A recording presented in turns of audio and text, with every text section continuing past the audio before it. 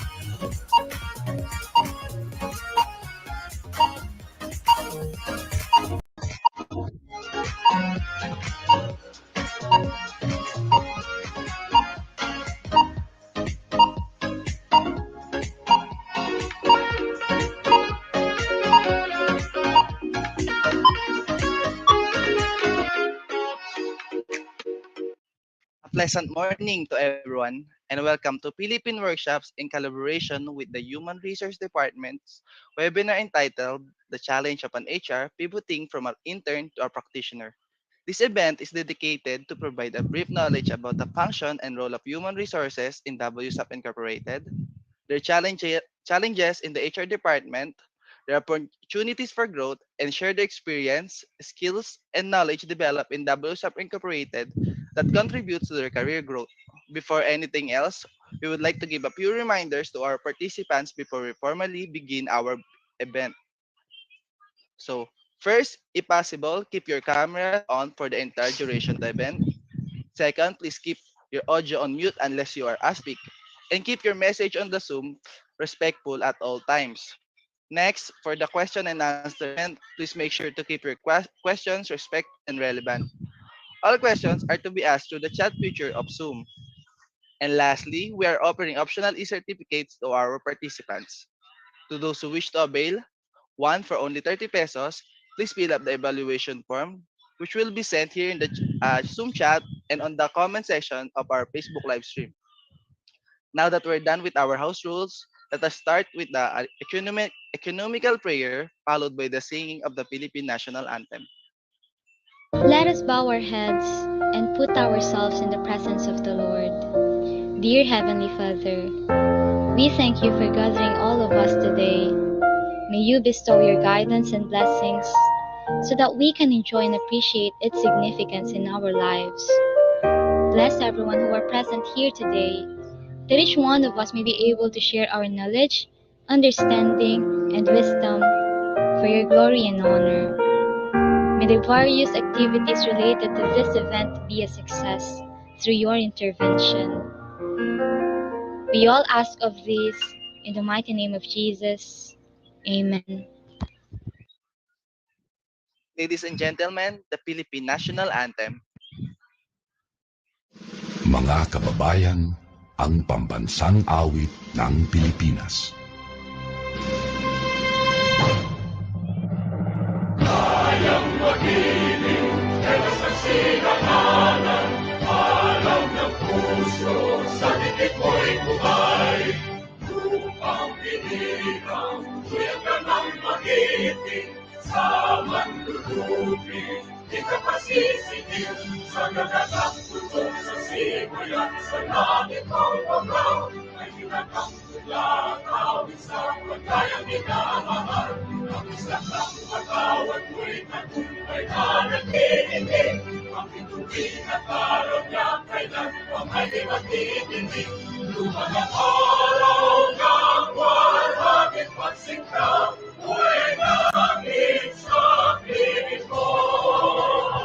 Ang bigaya ng kangay mga amin, ang mamatay ng dahil sa'yo.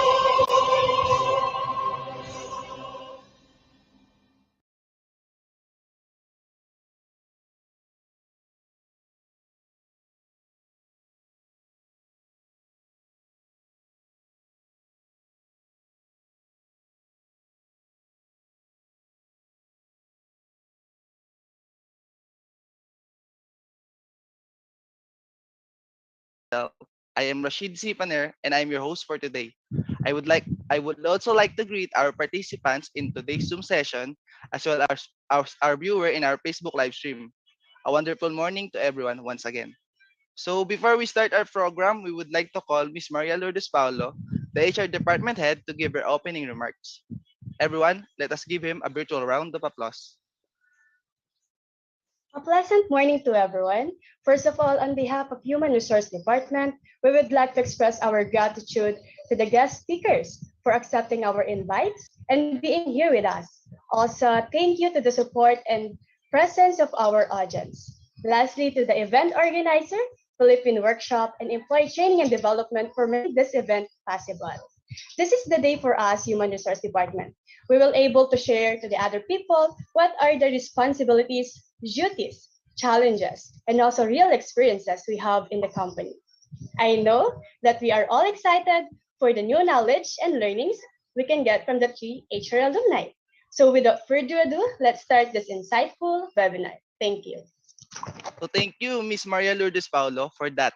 All right, it looks like everyone is very much ready and excited to gain new insight from today's webinar, the challenge of an HR pivoting from an intern to a practitioner. Now let's get to know more about our guest speakers for today. So we have three guest speakers for today. During their stay here in WSAP Incorporated, they are one of the outstanding and prominent human resource interns and mancoms. They've been successful because of their effectiveness and proficiency in establishing the organization's manpower. So without further ado, let us welcome our guest speakers for today, former HR mancoms and WSAP alumni, Mr. Chino Zuriel Chavez, Ms. May Krystine Respeto, and Mr. John Nathaniel Ramos. Let us give them a virtual round of applause.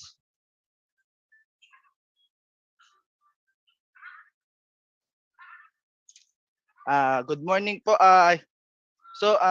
Good morning po, Mr. Chino, Mr. Nathaniel, and Ms. Krystine. Before anything else po, how are you feeling right now po? Knowing that we have a lot of participants who wish to learn more from you. Let us start for Mr. Chino. Thank Sir. you. Thank you, Sir Rashid. I'm very excited to share my insights with all of you, and I'm excited to hear about your stories regarding this matter. Thank you, sir. How about Mr. Nathaniel po? Yes, good morning, everyone. So for Morning, this sir. morning, I am very excited to share what I have experienced in for being the former HR manager before and what I have gained for experiencing such position. So I hope that you will gonna learn from us and we can inspire you to accept more roles, especially when it is being assigned to us. Thank you, Sir Nathaniel. Lastly, Miss Krystine po. Good morning, Rashid, and to Good morning everyone po. watching this Zoom meeting and sa mga nasa live, hello sa inyo. And of course, to my fellow guest speakers, hello. I actually met Sir Nathaniel na, but si Sir Chino hindi pa, but I've heard of him. It's very nice, no, to finally meet you here, Sir Chino, in this Zoom meeting. I'm very excited actually. Sorry for that. To inform no the rest of the WSAP people, even the alumni, no, of our experiences, sabi nga ng aking mga guest speakers, of what happened no when we were at the company, ano yung mga challenges na naharap namin, ano yung mga dapat malaman, okay, ng mga nandito sa Zoom na possibly hindi pa nila alam or hindi pa nila ganun naiintindihan, especially when it comes to HR department. So ayun, Rashid. Thank you, Miss Krystine. No? So thank you for that, Mr. Chino and Mr. Nathaniel as well. And now that our guest speakers are ready to share their insight and our audience is ready to take in some new learnings and tips, let us begin with our webinar proper. Mr. Chino, Mr. Nathaniel, and Miss Krystine, you may now share your presentations po. All right. Thank you so much, Sir Rashid. I'm gonna share my screen muna. So medyo madi-disable yung screen niyo. All right. So today we're gonna talk about the function and role of HR in WSAP. And kita naman screen ko na naka-full screen siya, right? Yes po, sir. Kita po. Thank you so much. So the function and role of HR in WSAP. So instead of giving an overview of what does the HR do, I'm gonna focus more on the WSAP side. So ano ba ginagawa ng HR sa WSAP? But before that, I'm going to describe for you first the employee life cycle. So may 6 stages of an intern basically. So first is the attraction. Paano nyo ba nakita yung WSAP? Was it by a friend? Inalok ba sa college? Or nakita nyo ba sa YouTube ang video ng WSAP? Kaya kayo na-attract sa promotion ng WSAP. The second is recruitment. Ito yung interview. Third is the onboarding. Fourth is retention. It's very important to retain those who are top performing employees or interns. So we can do that by rewarding them. And fifth is the development. And sixth is the separation or effective offboarding. So everything here that you can see here, HR handles the 6 stages of the intern cycle. So usually that depends. So for example, if you want to apply in WSAP or if you're already here part of a WSAP team, you have at least, I think, 200 hours. I'm not sure if they have extended it, but that's the minimum hours that you have to render for you to be an intern.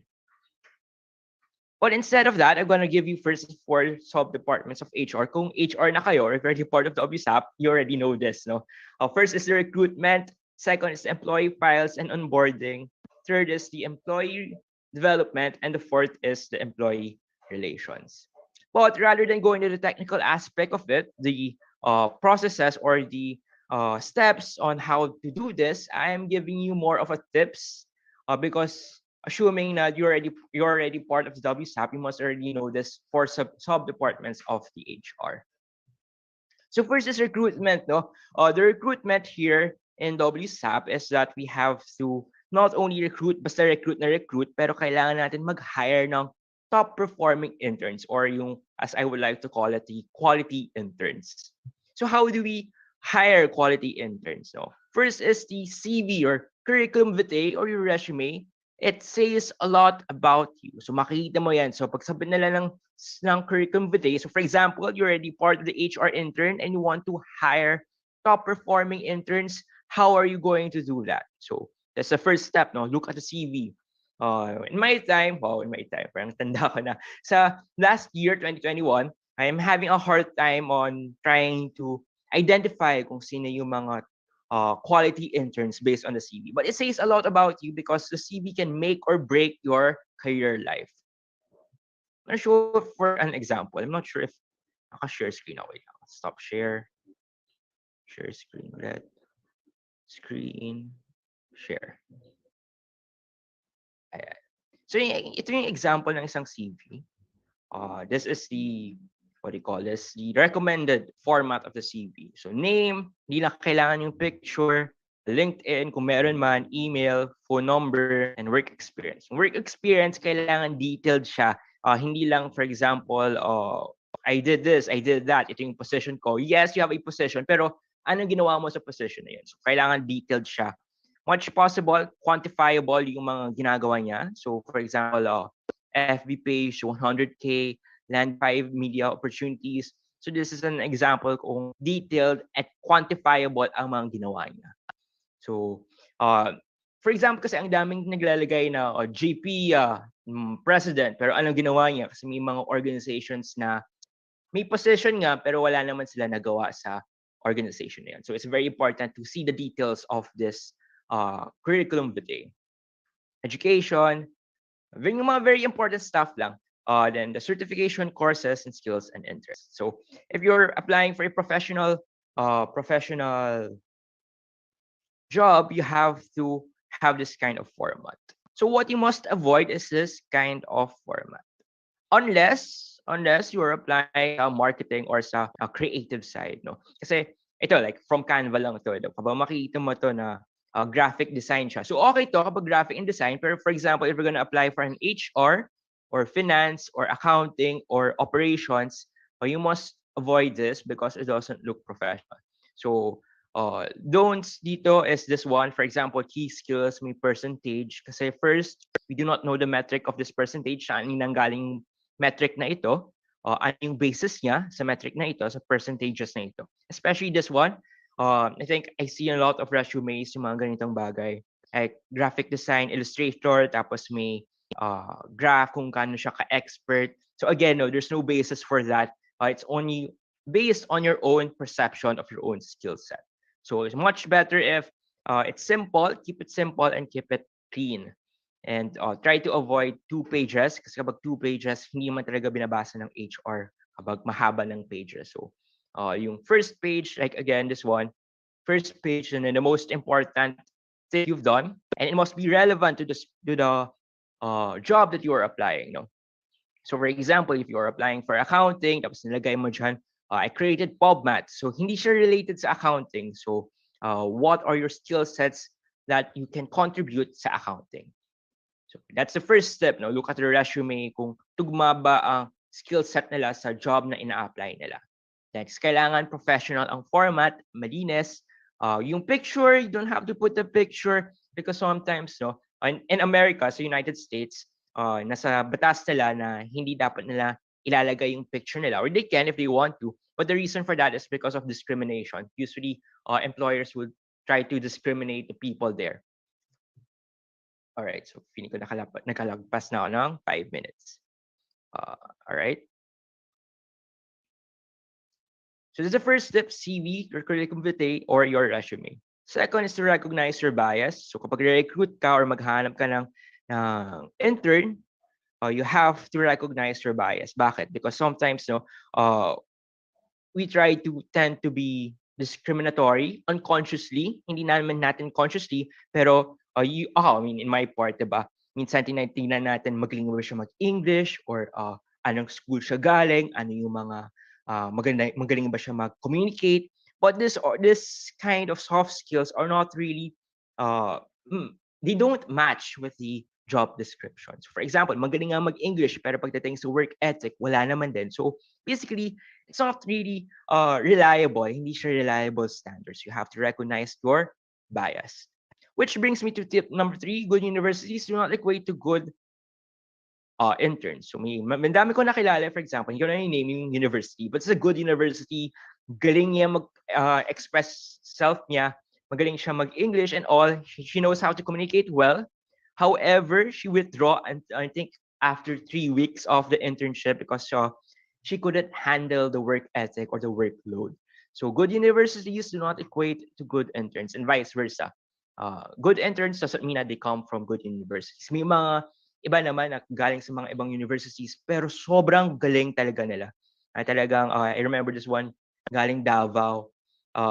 pinagalitan kami ng boss namin. And after that, parang nag-meeting siya agad. Tapos kinamusta kami, uy, kamusta na kayo? Kamusta yung feelings niyo? Kamusta yung, yung workload niyo? And that shows good leadership.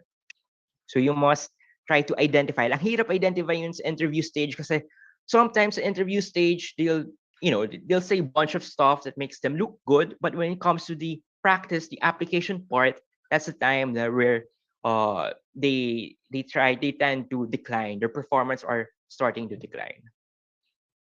Or just ask questions related to their fields. For example, what I usually ask from the IT department, how do you create a website? Or what are the problems that you face that you were able to solve them? So yan yung mga tinatanong ko. Kasi if you kind of ask them like how do you manage your time? How do you create this? How do you do that?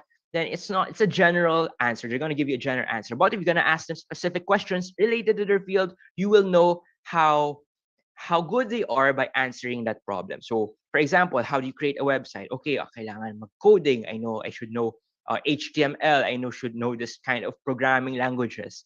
So if you have that background in IT, much better because you can help the IT department on identifying the good interns. So may mga iba naman, of course, if they don't have any experience in creating a website, they will just say the generic stuff. Oh, you have to do this.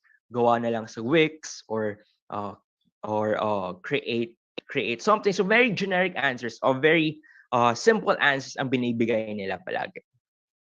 Employee files and onboarding. So in employee files, diba? So for example, recruitment, I've already recruited sino ba dito? HRC. Wait, let me pick. So let's say si Liana Ella Flores. No, I was able to recruit Liana. Then where does the files go? The files go into the 201 files. Kailangan i-maintain and keep yung record sa lahat ng mga files, especially timekeeping. I'm not sure if timekeeping is still under employee files and onboarding. Run through ko na lang to kasi I have 20 minutes lang. Secure your files is very important to keep your files safe. In isang instance na kung saan may nag-delete ng file, so hinahanap namin yung file na yon kasi timekeeping yon. It's very important kasi may mga iba na dinadaya yung timekeeping para lang mabilisan ang hours rendered nila. So you have to secure your files always. Second, document everything. It's very important to have everything documented kasi kung wala kang proof na itong ginawa mo or wala kang ebidensya na ito yung na-accomplish mo sa task na yun. Third is find ways to be efficient. If you're part of the employee files and onboarding where you keep the employees files or yung files ng interns, it's very hard kasi sobrang tedious niya. And second, it's very time consuming, no? Yung pag-save ng file, pagtatanggap ng file, tapos pag-send ulit ng file sa mga interns, answering emails and everything. So you must find ways to be efficient. One way to do this, write down the steps. Ano ba yung steps na kailangan mong gawin para matapos to agad? So yun. Fourth is the onboarding stage is a test for your interns. So what we usually do here in my previous organization is that after the recruitment stage, they already passed the interview, but they are not yet still part of the company. The reason for this is because there's this onboarding stage kung saan they have to accomplish a series of tasks to determine whether they are qualified to be a part of the company. So for example, it can be simple stuff like, for example, create a PubMat, or create a company policy, or try to recruit this person. So you'll try to identify whether they are a good fit in the company. If not, then you can say, oh, I'm sorry that now we have found a different person who is more qualified to the job. So yan yung onboarding stage, kailangan mo i-test ang mga interns ninyo. And after that, if once they have met your expectations, that's the time that you can hire them as part of your company. Third is employee development. Kailangan i-retain ang employees niyo, and one of the ways to retain them is to give them training. So train your interns. It's very important to give them training such as Skillshare classes, if that's possible, Udemy classes, para ma-upskill ang skill set nila. So for example, if they're from marketing, you may give them like, for example, how to create a PubMat in a Photoshop. So that will be good for them, and they will do more and increase productivity in the company. Second is retention is key. So of course, no, kung marami nag-withdraw sa company, it also affects their performance kasi first, bakit sila nag-withdraw? Second, bakit sila umaalis sa company? Is it because pangit ba yung work culture? Pangit ba ang leadership skills? So you must identify those kinds of gaps in that company. Last but not the least, employee relations. You are in charge here to maintain that rapport with the employees, with the interns. So of course, so kailangan mo keep in touch with the interns. So first tip, this should be number one. Use tactical empathy. So if you're a psychology graduate or taking up psychology, this is very useful. You must learn how to empathize with your colleagues, with your interns. So paano mo siyang gawin? Well, you have to focus with the feelings of the interns. Anong feeling mo? Kumusta ka naman? Balita ko na hindi ka nagpe-perform ng maayos. Paano kita matutulungan? So this is how you use empathy. Empathy doesn't necessarily mean you agree with them.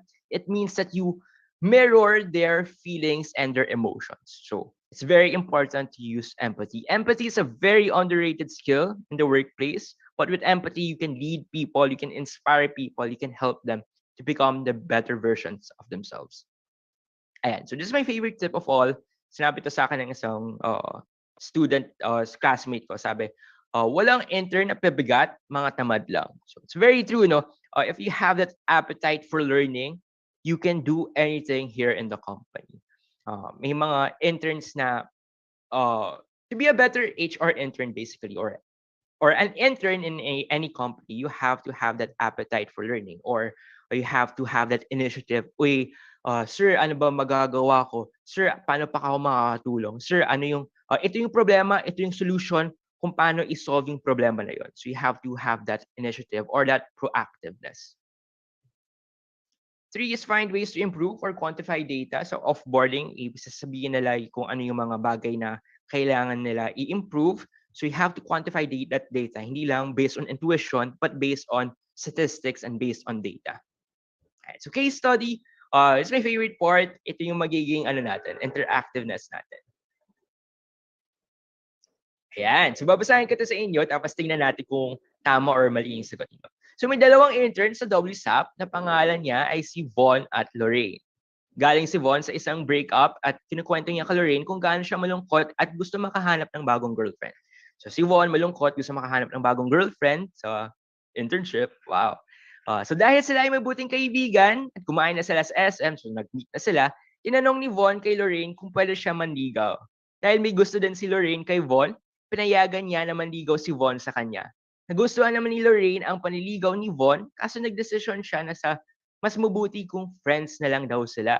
Nagpasalamat si Lorraine kay Von, pero sinabi niya sa kanya, sorry Von, pero friends lang tayo. Naghintay si Von ng 2 linggo at tinanong niya ulit si Lorraine kung pwede pa siya manligaw. Ayaw na ni Lorraine, pero paulit-ulit pa rin at pinipilit ni Von na manligaw sa kanya. So, ito yung classic example kung ano nangyayari sa internship. So may mga cases din na may naniligaw sa internship, sa WSAP, or may cases din na, well, in any workplace, ito yung scenario na palaging nangyayari. So yung question is, nung tinanong ni Von kung pwede siya manligaw kay Lorraine, sa unang beses, ito ay sexual harassment. True or false, kindly chat sa chat box kung tama siya or mali. True or false, nung tinanong ni Von kung pwede siya manligaw kay Lorraine sa unang beses, ito ay sexual harassment. True or false? Okay, sagot po tayo guys para sa ating participation. Thank you po. False, false, false. Mukhang tama. Ask natin si Catherine Reyes. Catherine Reyes, bakit false? Hello, Catherine? Pwede ka ba mag-unmute ng mic? Hi. Audible po ba? Yeah, audible ka, Catherine. Okay. So, bakit false? Ano po kasi, since sexual harassment po indicates na dapat ay may, hindi naman sa laging physical contact sexual harassment, pero since si Von po ay nag-ask po muna before pursuing po. So, nag-a-ask pa po siya ng consent bago niya po itinake yung action na yun. So, mayroon pa rin po choice si Lorraine para makatanggi. And if ever man po na hindi na i-pursue ni Von yung panliligaw niya, well, hindi pa rin naman, kung ituloy man niya na, hindi pa rin po siya mag-fall under sexual harassment, I think. All right. Very good, Katrina. Sagot dito ay false. Kasi yun nga, hindi sexual harassment ang pagkwento niya na gusto siya makahanap ng bagong girlfriend at nung tinanong niya kung pwede siya manligaw. Kasi nga, katulad sinabi ni Catherine, nandyan pa naman ang consent no, na tinatanong pa naman niya at hindi naman niya pa rin niya pinipilit. Pero, ito na. Next question. Nung paulit-ulit sinabi ni Von na gusto niya ulit manligaw, hindi pwede magreklamo si Lorraine ng sexual harassment dahil pumayag na siya noong unang beses. Diba? So, tinanong ni Von na, uy, Lorraine, pwede ba ako manligaw? So, pumayag si Lorraine na gusto naman yung manliligaw ni Von, pero nagdesisyon na ni Lorraine na friends na lang daw, pero paulit-ulit pa rin sinasabi ni Von na gusto ulit niya manligaw. So, hindi ba pwede magreklamo si Lorraine? True or false?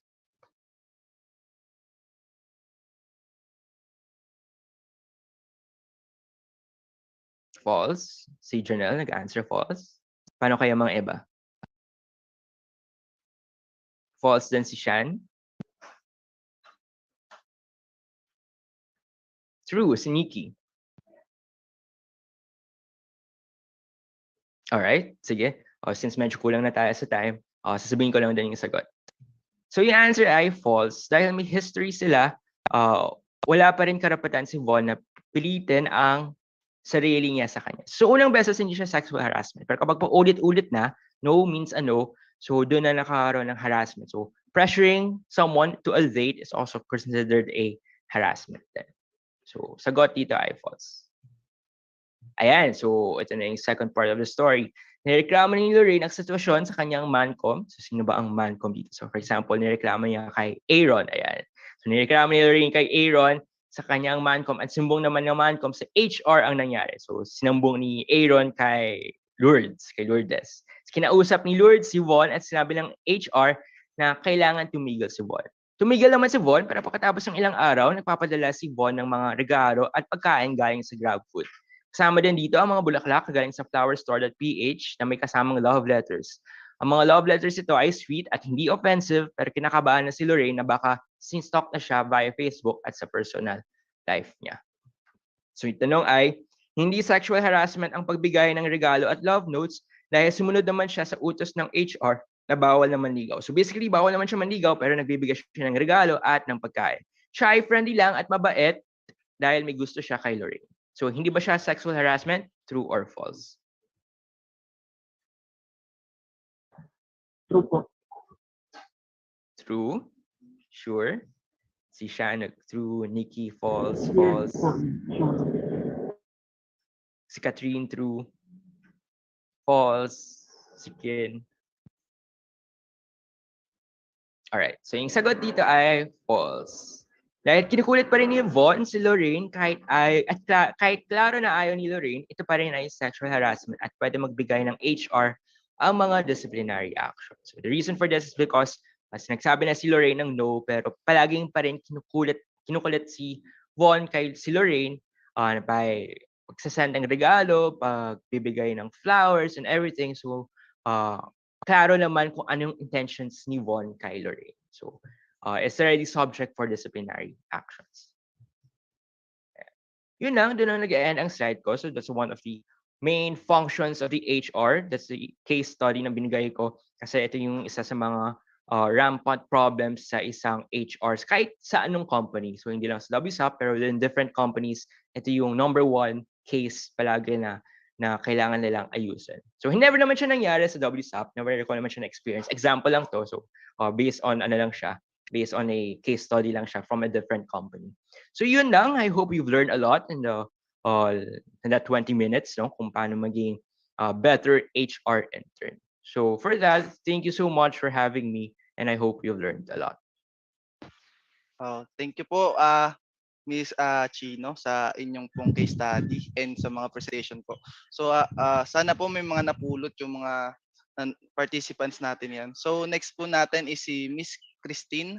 Miss Krystine, nandiyan po kayo. Hello, so I'll just be waiting for the Ekman to present the PowerPoint. Okay, so good day to everyone. It's a positive delight to be invited and welcomed by the company once again. So I'm Miss Teen. And to start, I would like to ask for as much participation na pwede niyong ibigay, okay? Especially to everyone na nandito sa Zoom. Okay? Interns o sa mga alumni na nasa Facebook Live, Okay? Please chat naman in the chat box o kaya sa comment section the challenges, okay? The challenges that you think are faced by the HR department. Okay? So I will be waiting sa mga magka-chat. Pwede ba po yung personal experience ko na challenge? Sure. Okay? Anything that will answer the question will do. Okay? Huwag kayong mag-alala because that is exactly what we're gonna tackle today, at least by me. Kung nahihiya, pwede namang i-direct message na lang sa akin. By the end of this talk, okay, let's see how much all of us here are aware and informed of the real challenges in the human department, specifically in WSAP. Okay, so may mga nagka-chat na. Let me see.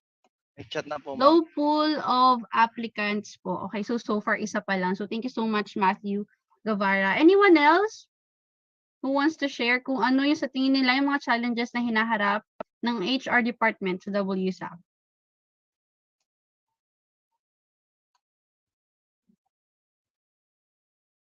Nahihiya yata po, ma'am. Ayan po, ma'am. May Ako, nagkakahiya. Sa WSAP, may mga nahihiya. Nako, Nahihiya po yata, ma'am. hindi yan part ng culture ng WSAP, ha? Okay, manpower. O sige, let's stop there kasi medyo tama naman na yung nakuha niya. Okay, thank you so much sa mga nag-chat. Let's not wait any longer for anyone to participate still. Okay, thank you so much sa mga nag-chat. Okay, nandaya po kami. Nahihiya po kami. Nahiya kayo, mahiya. Ayan, tama yan, Sir Nathan. Dapat ganon. Ganon ang mindset, okay? So it seems like the subject of our discussion ay hindi ganon kahirap for you to understand. Kasi may mga nakikita kong HR dito eh. Given na may idea and experience mismo ang iba na nandito. Okay? So although there could be a lot of challenges, okay, deemed by person regarding the mentioned departments sa HR, I will be dividing them into 4. Okay? This by no means are arranged in any order. Hindi ibig sabihin, okay, na certain challenge ay naunang nabanggit, yun na ang pinaka-demanded reason as to why issues occur sa department. So let that sink in. Okay, so before we proceed with the technical parts, let me show you a peek of my internship days at WSAP. Okay, so presented on the screen are some of my OT documentations. Okay, on the upper left is my first ever team. Sila ang batch ko when I onboarded, while the rest of the photos are just, you know, me doing work like preparing for an event as an MC, filtering intern working schedule, IWS to be encoded, meetings, and orientation. So behind the smiles of the people that you see in the pictures are spontaneous tests that we face every day. So one of these obstacles that our department, HR, especially the recruitment team, I would say, resolve is, next slide please. Okay, timeline or season of internship among schools. Okay, so nakita nyo dyan yung hourglass. So here we have the timeline. Even if, okay, the HR interns are well aware of this, the majority of the intern employee population might be the opposite. Okay, hindi lahat ng mga nasa WSAP ay aware sa mga challenges na to. Hindi informed, hindi aware na isa pala to sa mga factors kung bakit nahihirapan si Human Resource Department. May mga pagkakataon kukulangin tayo sa tao, everyone, okay? Because the season itself is not the time that the schools conduct internships or practicums kagaya ng exam periods, summer months, which by estimate, nag-start ng April to August, normally. Other sources na pwede natin kunin ng applicants might be volunteers. And that alone, okay, could raise another reason for challenging the HR department because, you know, volunteers, they don't come in bulk. Okay, usually pa isa-isa hanggang yun, mga 5, hindi pa sabay-sabay yung nag-a-apply. And they are not required or subject to a number of rendered office hours, kaya prone to withdrawal at any time. Bukod na lang sa nabanggit ni Sir Chino na minimum number of hours. Okay? Usually they abide by that, but anytime, okay, once nakapasok na sila, anytime pwede sila umalis. Okay, kasi wala silang hinahabol na rendered hours kagaya ng kapag required siya sa school. So this is under the consideration na the company accepts volunteers. Kasi when I was at still at the WSAP, naabutan ko yung nag-a-accept pa ng volunteers hanggang sa hindi na because of the reasons that I've mentioned. Okay, next slide tayo. Okay, withdrawals. I think may nagbanggit nito kanina sa chat box. Next is massive withdrawals na medyo nabanggit ko din kanina. This is another reason for needing manpower, okay, to accommodate deliverables in a certain department. Minsan, hindi lang sa isang department nagkakaganito, okay? May mga pagkakataon na multiple departments ang nagkakaroon ng mass withdrawals, which by definition, everyone, is at least 5 interns withdrawing at the same time. Sabay-sabay sila. Usually, magkakaibigan yan nasa isang school. Okay, it's been an issue for the whole duration that I was at the company. Even before that, okay, naririnig ko na siya. And although I'm not sure if wala nang ganyan ngayon, okay, I can hope na wala na talaga because this issue is taking a toll, okay, on the company reputation. Kaya nga, it became a part of the screening process, okay, to orient the applicants about everything they should know about the company, okay, its background, who's the boss, what's the environment, ano ang workflow, what's the culture, lahat. Dapat hindi yan tinatago ni HR kasi pag pumasok yan at nabigla, withdraw yan. Okay? So they have to know kung ano yung pinapasok nila. It doesn't end there, okay?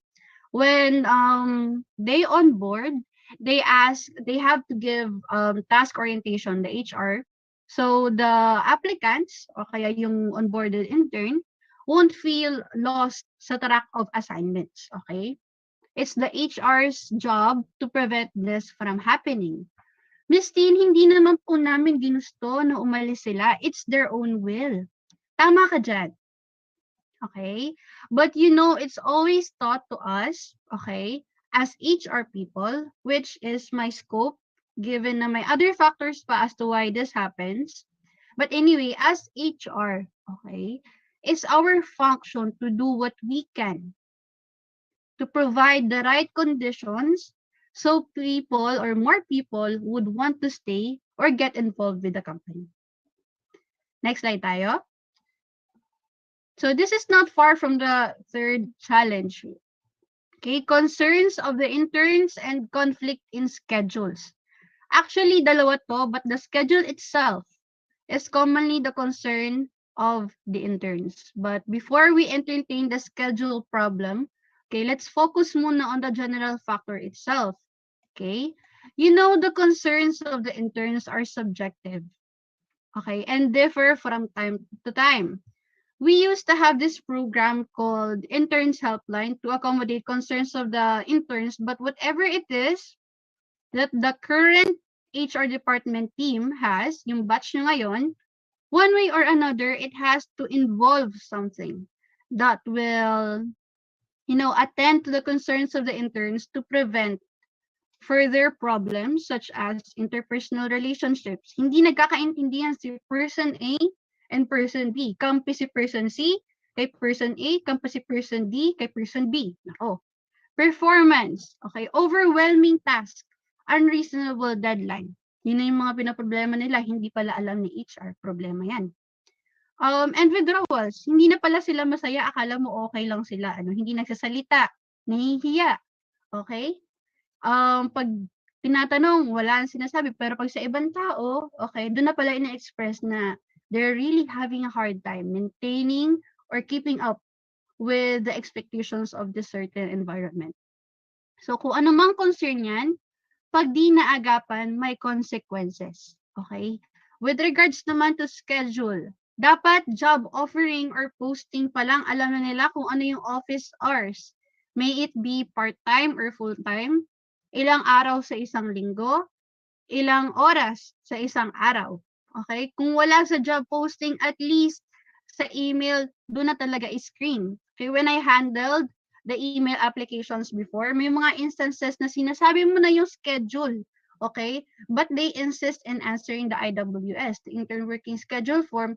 Tapos pag tinignan mo, hindi naman pala sila fit. So, back to square one ka na naman, you have to filter everything. Okay, that was what's happening during my time. You have to filter out even if nakasagot na sila kasi hindi lahat na nakikita mo doon, okay, I fit sa schedule ng WSAP. Next, okay, we have task endorsement, okay, for offboarding interns rather. So finally, we have this one. I think this is the last. This is related to what I said, okay, sa timeline challenge. If you remember the very first one, challenge that I mentioned. Kung saan may mga instances na kulang kayo sa tao. You're in need of manpower, kaya wala ka mapagpasahan ng task. Where consequently, iba yung sasalo. Possibly sa ibang department mo nakukuha or dadagdagan yung mga task ng mga natitirang interns sa isang department. Unfortunately, okay, there are instances wherein there's enough people, okay, pero ayaw nila i-absorb yung task ng aalis. Okay, 'di ba ang sad? Gusto mo nang ma-fulfill kung ano man yung tinapos mo sa WSAP. Pero pag ipapasa mo na siya, ayaw tanggapin. Okay? I can only hope na hindi siya nangyayari. Okay, with the interns nowadays at WSAP, but it happens. So from what I can remember, reasons such as hindi ko po kaya. It's too big of a work for me. I need more time pa po. Hindi po siya align sa gusto kong gawin. Yun yung mga reasons, no? Usually na nakukuha ko at that time. Pero not personally me, nakukuha ko lang siya when I was still at the company.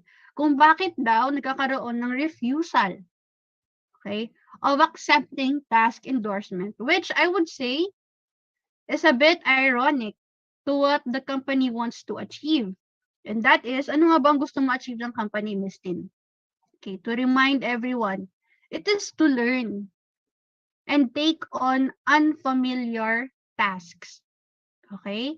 Because what's left for you to learn? Okay? If you only want to stay in your comfort area.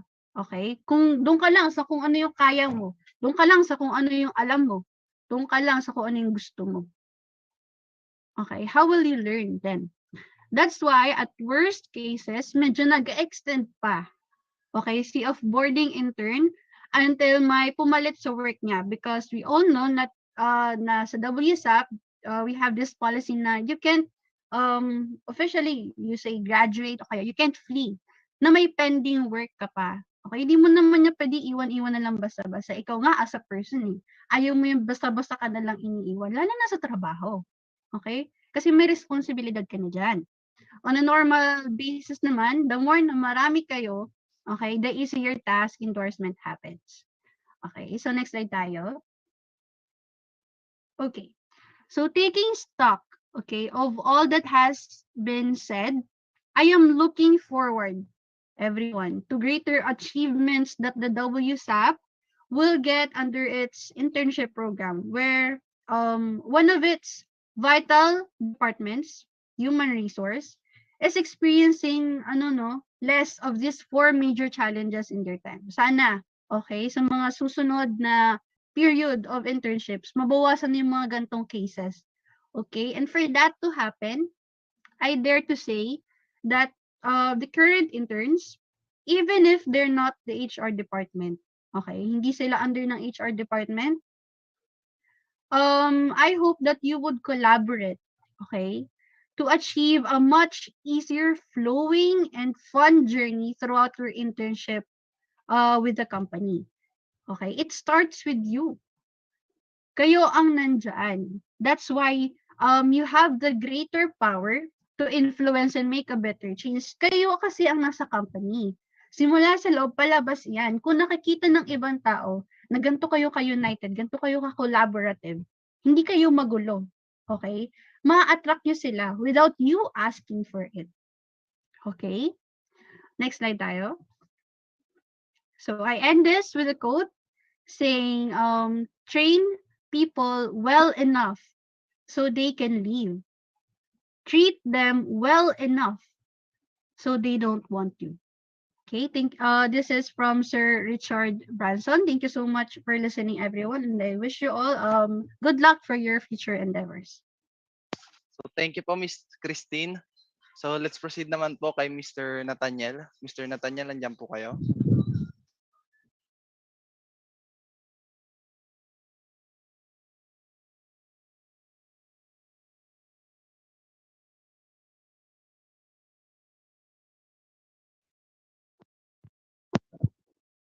Rinig na po ako. Rinig na po ako ngayon. Ayan sir, audible na po kayo sir. Hello po. Yun. Thank you so much. Well, good morning everyone. And thank you so much for the first two speakers that we have, Sir Chino and Miss Team. I've learned a lot as well. And natuwa ako din sa mga una nating natutunan from our previous speakers, no? From Sir Chino and Miss Team. I just want to quote first, of course, what is the growth that you wanted from this company. Type nyo kung ano yung gusto nyo makitang maging growth ninyo dito sa company nito while you're doing your internship.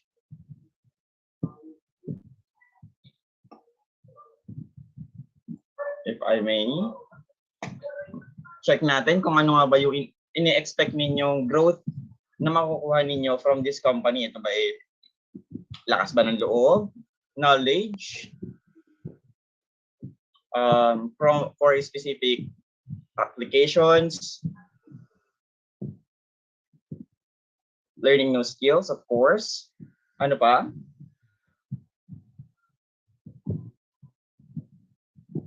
So, while you're typing or thinking ano nga ba yung gusto ninyong makuha or ma-attain sa internship na to, I would like to ask, aside dun sa sinabi ni Miss Tina, hindi po kasi iyan align sa aking sa aking pathway. Kung IT ka, bigla kang magkakaroon ng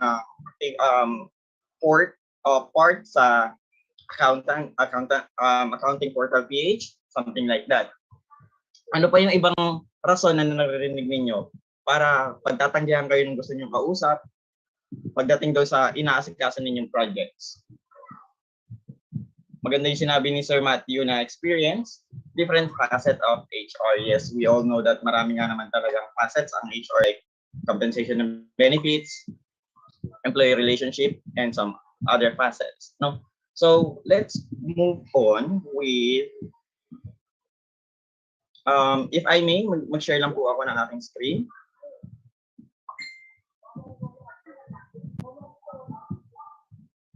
Thank you, host. Bawal pa rin po ako mag-share.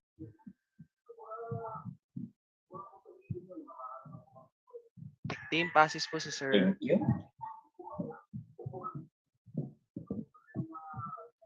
There you go. So that is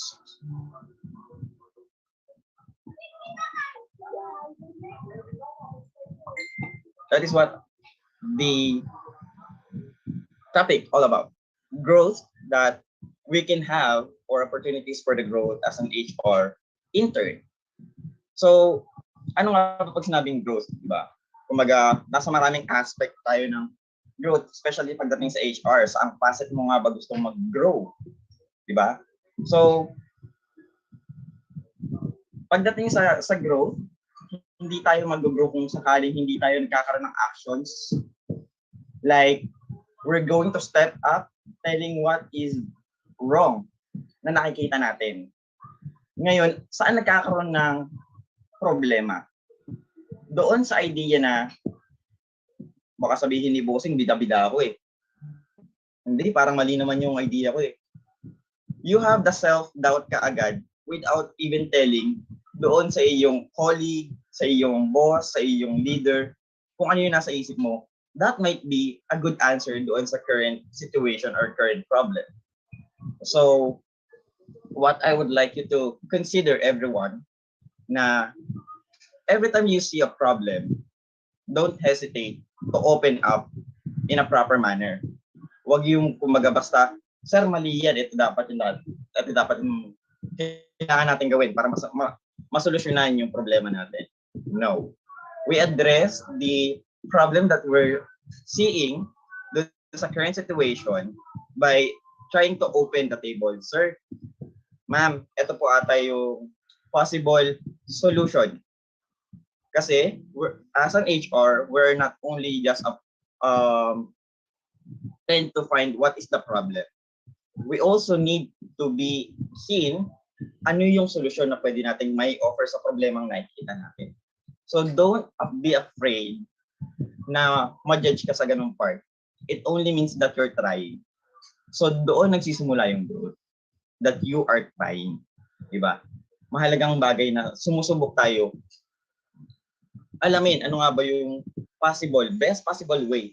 Kasi kapag nag-open ka ng idea mo, there could be an encouragement to some other colleague na siya nga nagawa niyang mag-open up ng resolution for this problem that we're facing. Maybe I can share mine as well. Diba? So from that, nag-escalate yung ginawa just by asking or opening the table for what the possible resolution for the current problem.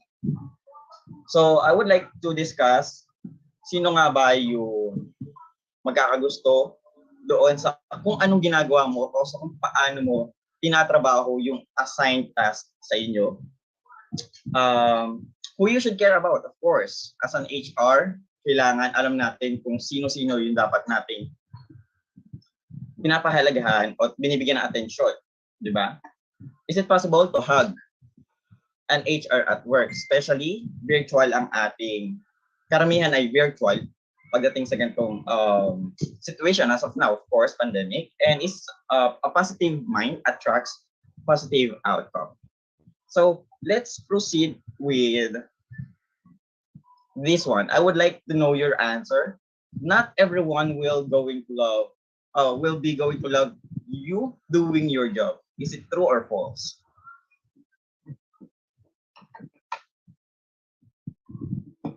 Let me see your answer.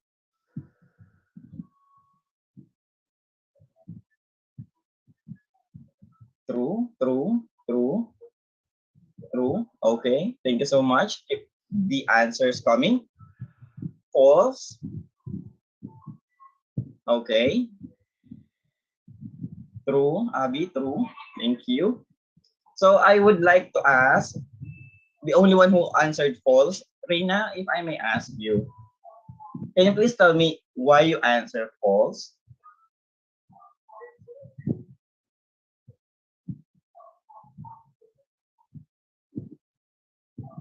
Reina? Can we have you? Oh, you can unmute yourself.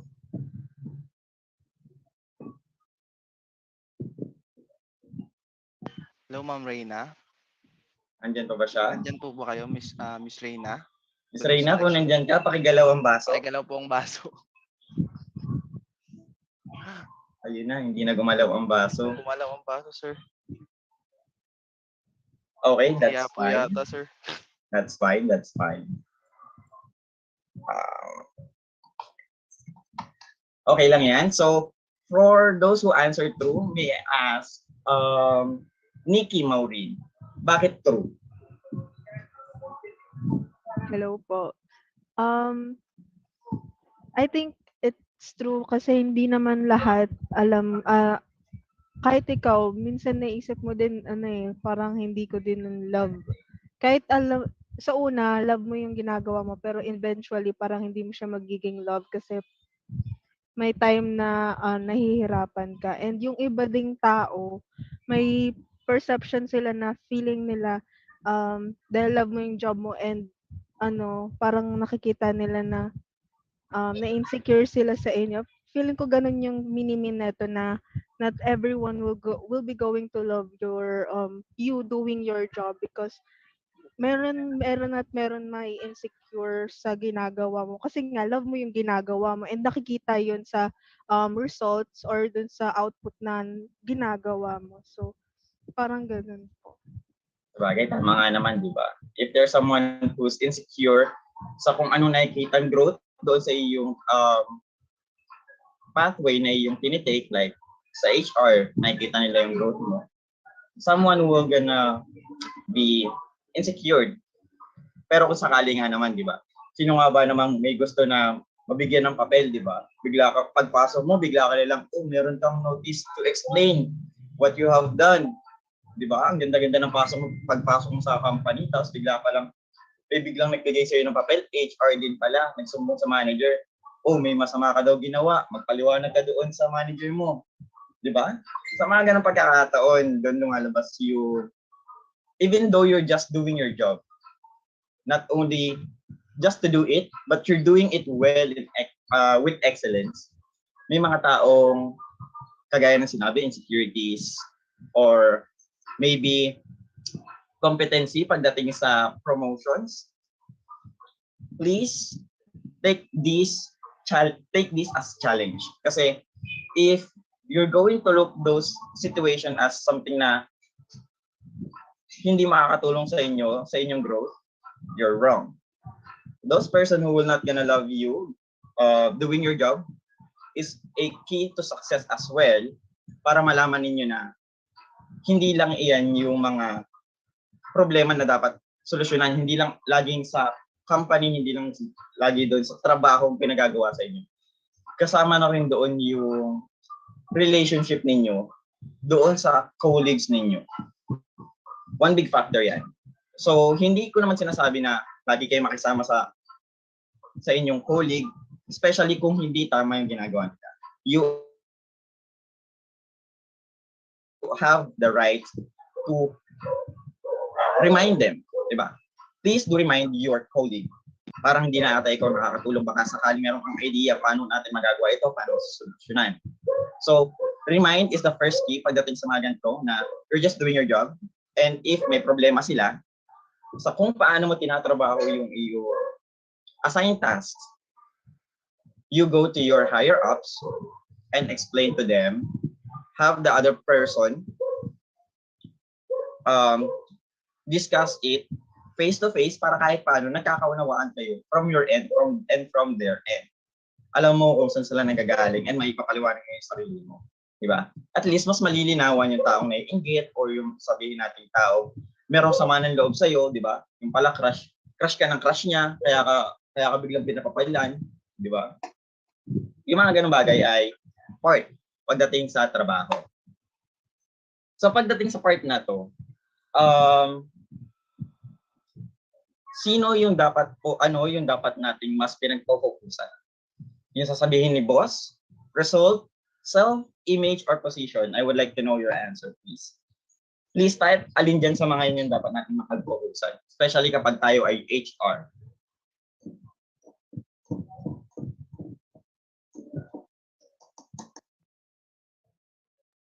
Ano nga ba yung dapat natin mas mapag-focusan?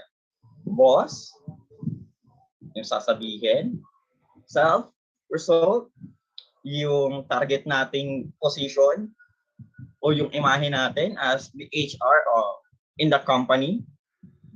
Sir Chino said that lahat, di ba? What I want to say about this one, kung saan nga ba tayo dapat mas nagpo-focus is about the people. We should care about the people that we're managing. Hindi porket HR tayo na meron tayong karapatan, may mali yan nagawa, mag-explain ka ngayon. No. We should care about them to the point na inaalam natin ano nga ba yung rason kung bakit bumababa yung performance ng colleague natin. Kung ano yung dahilan kung bakit mag-a-absent yung ating katrabaho. Kung bakit ganun yung behavior niya. So, may mga pagkakataon na at hindi talaga may iwasan pagdating sa workplace na madala natin yung problema natin doon. Not to the point na sisisihin mo yung katrabaho mo, but it will greatly affect your performance.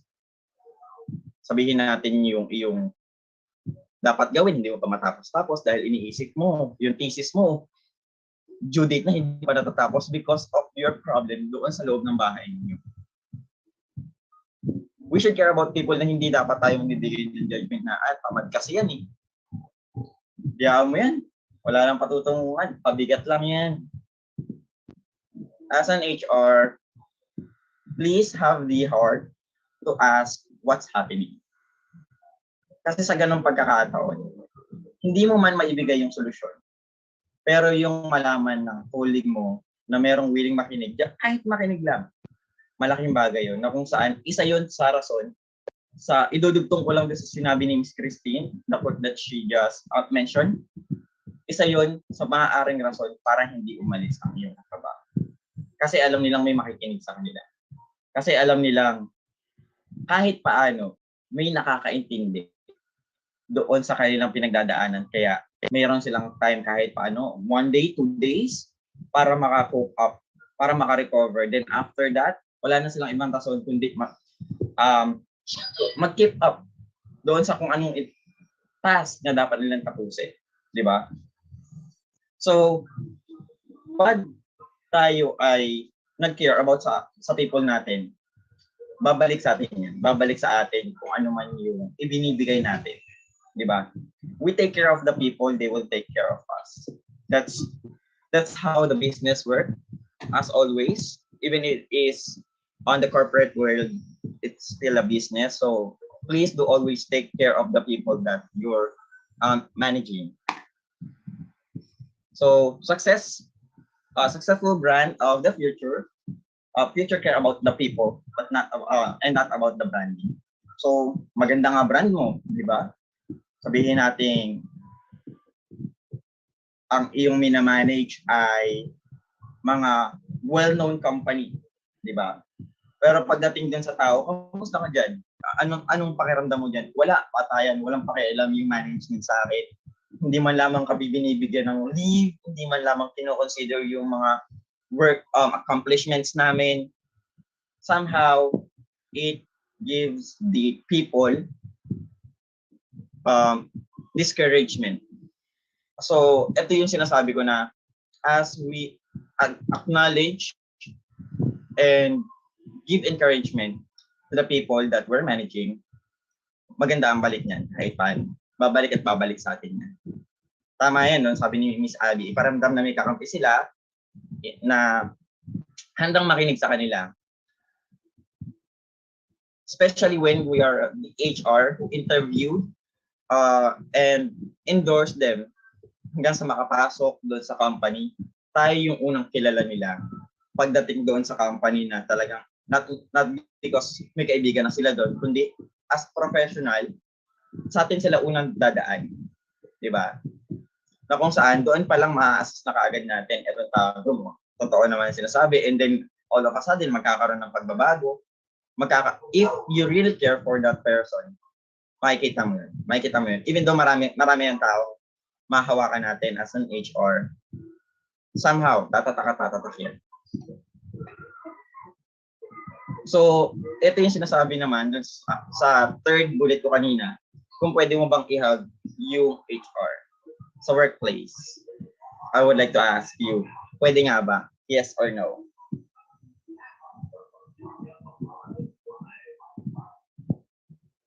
Even some other colleagues, pwede ba natin sila yakapin pagdating sa workplace? Are we allowed? Yes or no? Allowed nga ba tayong yumakap sa ating trabaho? With consent? Yes. How about the others? No? From Catherine? Okay, sagot kayo guys for participation po. Well, sabihin na natin hindi sobrang na natin kilala yung ating colleagues. Depends on the setting. I would like to highlight that. Depends on the setting. Sabihin natin masyado na natin kilala yung kasama natin sa trabaho. And then from there, alam natin may problema siya. Tap sa likod, if sobra kayong close, side hug, malaking bagay na yun. Sobrang laking bagay na yun to encourage someone. Wala kang kailangang sabihin. And that is more powerful than the words. Malakas maka-encourage yung ganun. Especially kapag alam natin sa trabaho na sobrang stressful na, sobrang nahihirapan na pagdating dun sa workload, na sinasamahan pa ng problema sa bahay. Yung mga ganong gesture, malaking bagay, malaking tulong din sa katrabaho natin. So please do take note na small gesture really matters. Especially, kagaya na sinabi ko, at paulit-ulit ko sasabihin, if we care about the people, mapapansin natin yan. Mapapansin natin. Simple tap, words of encouragement, if yun ang kailangan, please give it to the people. Kasi, it might create small spark na pwede ulit magsimula, okay, tama na ang pagmumuk mo, may nakatingin sa akin, may sumusuporta sa akin, let's continue working. Kahit masama yung loob, malaking bagay yung mga ganong small gesture. So, give someone a hug, tap them at back, give some words of encouragement that will greatly help the people and our colleague. Diba? So, pagdating sa ganitong part na yung sinabi ni Miss Tin na hindi po kasi siya align doon sa aking gusto, sa gusto kong mangyari. Guys, the growth starts with the challenges. Kagaya ng sinabi ni Miss Krystine, if you're working just within your comfort zone, wala kang growth. Kaya I included here, accept that there will be a difficult to resolve the occurring problem. It's not always about you. The you can sometimes also mean needing help from others. Hindi porket nanghingi ka ng tulong sa iba ay yung tao yun ang nakaresolve ng problema sa iyong current situation. Naresolve yun dahil nagkaroon ka ng lakas ng loob. Humingi ng tulong. Wherein, as of the moment, there's a lot of studies na asking for help takes a great encouragement or takes a great encouragement nga ba ang tamang term doon, or should I say brave enough para aminin sa sarili niya hindi ko na kaya, pwede bang manghingi ako ng tulong? Asking for help doesn't mean that you're weak, you're not capable enough to work on the task that has been given to you.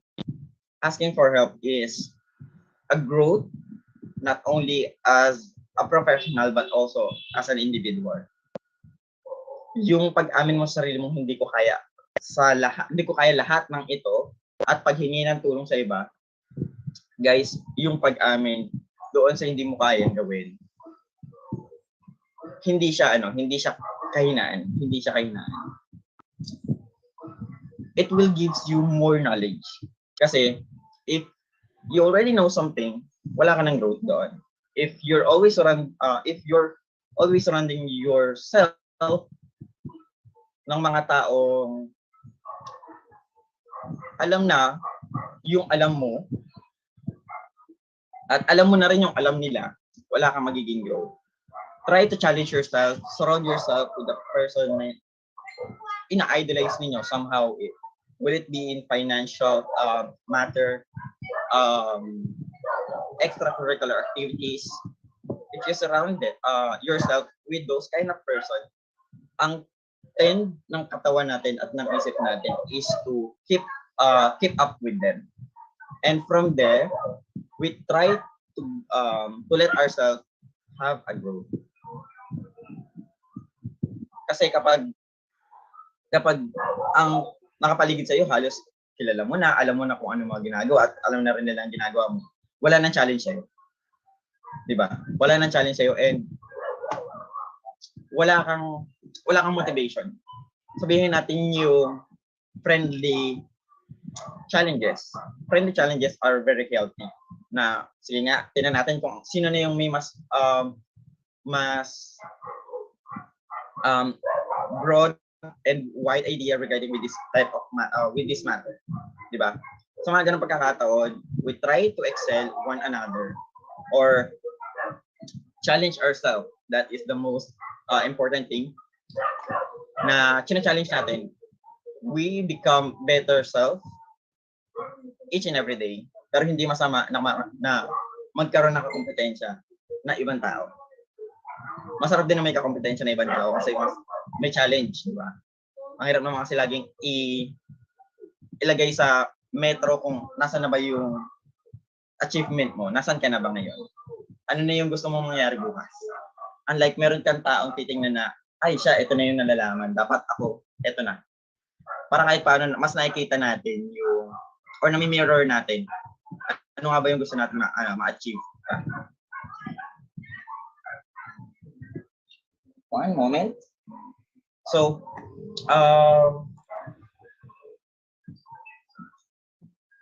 to finish up my time, I would like to leave you with this quote. Be afraid that you did not try. Be encouraged to commit mistakes. You are not moving forward if you're not failing. Okay lang yan. Okay lang magkamali. Diba? But if you fall, make sure that you're falling forward. Falling forward means still you're moving. You're moving on something that you're not familiar with before. Diba? Basta paharap lang ang bagsak. Okay lang yan kasi pag tayo mo niyan, mas malapit ka na dun sa goal mo. Diba? So, like what I have said, if you fall, make sure that you fall forward. So that would be my my topic for today. I would like to return the screen to our facilitator or to our hosts. There you go. So thank you for that, Mr. Nathaniel. Now let us proceed as our guest speakers share their insights on their transition from an intern to their professional career path.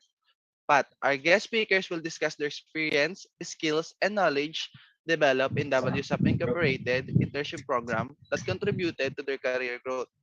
May we call on Mr. Chino, followed by Miss Krystine, and lastly, Mr. Nathaniel. So, Mr. Chino, may we call on you.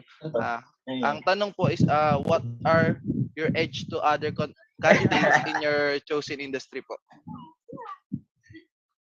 Wait lang. Ayan, sige. Hello. So, medyo makipagchikahan ko lang sa inyo. Naalala ko talaga yung pinost ni Sir TJ sa GC. Parang sabi daw kapag reporting na utal-utal, pero kapag chikahan, dire-diretso na yung usapan. So, ayan. So, makipagchikahan ko lang sa inyo. So, pwede pa open ng camera? Kung hindi, letter of explanation. Joke lang. Ayun. So, basically, ayan, ayan, biglang sila nag-open ng camera, kinabahan. Ayan, so, kwento ko lang a little bit about myself.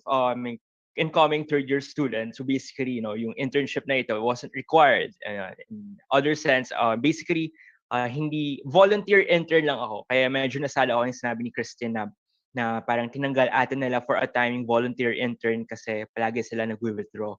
So, actually, mas magiging edge kung volunteer ka kasi ibig sabihin, gusto mo talaga mag-apply sa company na yun. So, it's not required from you, but because you really want to apply. So, kwento ko lang. So, I think I have around 10 minutes para makipagkwento sa inyo. I was bored, basically, technically, sa SEM ko. So, I wasn't doing anything. It was last November 2021, doon ako nag-apply. So, since I was bored, gusto ko makaroon ng part-time job. Pero ang hirap makahanap ng part-time job kasi wala nga akong experience. So sabi ko, kahit anong company na lang applyin ko, basta maka-experience ako. Kahit libre ang workload, kahit libre lang ang experience, basta maka-experience ako. So I search for LinkedIn, gumawa ko ng LinkedIn profile. Tapos kasi sa LinkedIn, pwede ka mag-filter out kung ano yung gusto mo. So finilter ko doon is intern, tapos minimum 200 hours, tapos nakita ko yung WSAP, I applied, tapos nag-apply din ako sa mga iba't ibang companies. So basically, I didn't care what company I would want to apply. So, I was applying for fun lang. Ginagawa ko sa board lang ako sa bahay. So, ayun, then nag-reply si WSAP sa akin. Sila kasi yung una yung nag-reply. Yun kasi strategy nila para makuha ka nila. Nag-reply sila agad para hindi ka maagaw ng iba't ibang companies. So, yan yung style ng WSAP. So, ayun, true enough, doon ako nag-apply. Tinuloy ko yung interview. Tapos, actually, we were, mga ganitong season na, kasi diba, katulad sinabi ni Miss Krystine kanina, na sa season of internship, ito yung time na pababa yung numbers kasi patapos na yung semester, pag-graduate na yung mga interns, kaya nakukulang na ng manpower. So, I was already in that season na pabawas, kaya siguro, naging dalawa, 'di ba HR, and the last time I checked 24 kayo. Ngayon, during that time, dalawa lang kami. So, dalawa po off-board, dalawa kami pumasok. So, dalawa kami nag-handle ng HR of around of 100 plus interns. So, imagine that na ang dami pa rin interns na kailangan namin gawin. Kailangan namin asikasuhan yung file. So, nag-assign sa akin, naghati kami ni Lorraine. So, siya yung example ko kanina is recruitment and employee files and onboarding. Yan yung naka-assign sa akin. Tapos kay Lorraine is employee development and employee relations. So, naghati-hati kami. Tapos, after that, ng 2 days, nag-off-board yung mancom namin. So, kailangan pumalit. Ako yung nagpalit sa kanya. So, mancom, employee files and onboarding, at recruitment yung hinahandle ko that time. So, ayan. So, what I can share is my transition becoming an intern sa mancom kasi yun nga, third-year student pa lang ako. I cannot give experience about being an actual employee. So, sa pagiging mancom, you have to ask yourself, ano yung how can I improve myself rather than, hala, ang dami naman responsibilidad, hala, ang daming ginagawa, hala, ang daming tasks na kailangan gawin. So, the moment that you say yes, this is the moment that you can already grow. No, mas maraming kang opportunity para makipag grow sa company na ito. So how do you do that? First is think of yourself as a business partner. Huwag mo isipin na intern ka, isipin mo na business partner ka at nag-o-offer ka ng solutions sa partner mo. So, sa partner na yun, si Sir TJ. So, mag-offer ka, ano ba yung problema ng company, ano yung mga solutions, offer mo yung solutions na pwede mo makipag-ambag sa company na yun. So, that solution doesn't really have to be grand, it doesn't have to be big, as long as you leave the company with something that you've accomplished na masasabi mo, at least I've done something better for this company. Yan yung pinaka-fulfilling part sa pagiging mancom. Umalis ka na sa company, tapos may impact ka sa company na yun.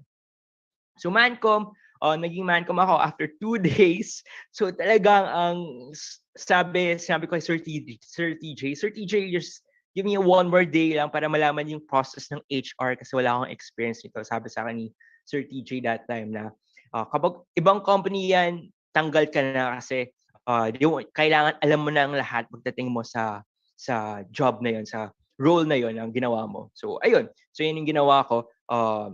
I learned everything from yung end-to-end process ng HR, ano yung mga kailangan gawin, ano kailangan i-improve. Then alam mo yung sa emails, kung nag-email kayo tapos may parang kiniklik nyo na lang yung parang spiel for interviews, for onboarding. Ako yung gumawa ng pag-a-add sa email para madali na lang. Yung kiniklik nyo na lang. So, kasi usually dati, yung ginagawa namin, kina-copy and paste yung spills, tapos ina-edit namin. So, that time, I improved it a little bit by editing it sa email. So, instead of copy and paste, kiniklik mo na lang sa email para mas mabilis. So, ako yung gumawa nun. Then, what else? Ang dami. So, may isang intern din na syempre, nag-task orientation kami, no? Ayan yung usos dati na task orientation. Sabi ni Sir TJ, ayaw niya doon kasi spoon feeding daw yun. Yung pagta-task orientation, yung pagme-mentor and everything. So, kasi sabi daw niya, mag-mentor mo nga, aalis naman ng company. Wala din. So, which is true, it came true kasi may isang intern, tinitrain ko siya sa HR.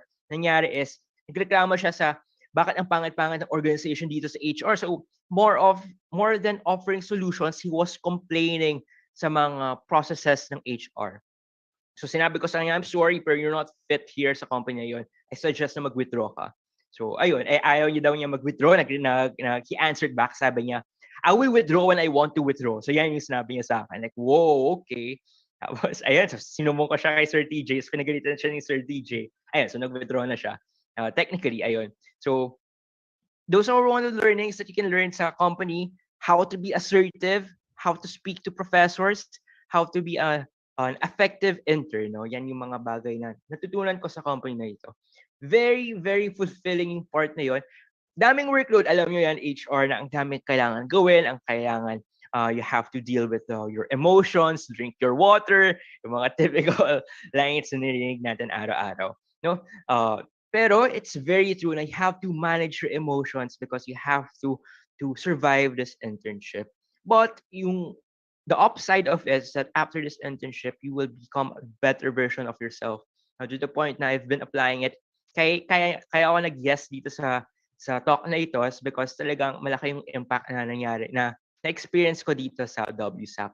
Ang dami kong natutunan how to speak with professors, mga OJT coordinators, kasi diba usually natatakot tayo sa mga coordinators, but this time, like one time, pinagawa sa akin ni Sir TG ang isang letter na sinasabi sa isang university na banned ka na sa internship na ito. So, syempre nakakatakot diba na how will you draft that letter na magmumukhang na strong ang letter na yon, pero at the same time respectful. So ayun, so in the end, no, it became really worthwhile yung experience ko dito sa WSAP. So thank you for that, no. So sana na enjoy nyo din ang stay nyo dito sa WSAP and learn how to and have that appetite for learning dito sa WSAP. Thank you so much for that time. Thank you po, Sir Chino, for that wonderful question. So, next po natin is si Miss Krystine. So, ang tanong rin po is, what are your edge to other candidates in your chosen industry po? Okay, thank you for that, Rashid.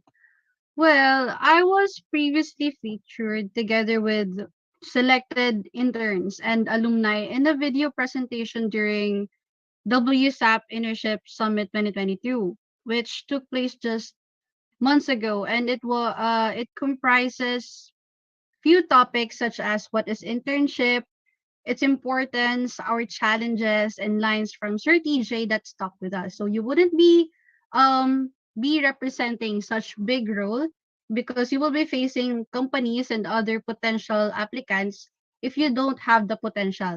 Okay, so let's start with that.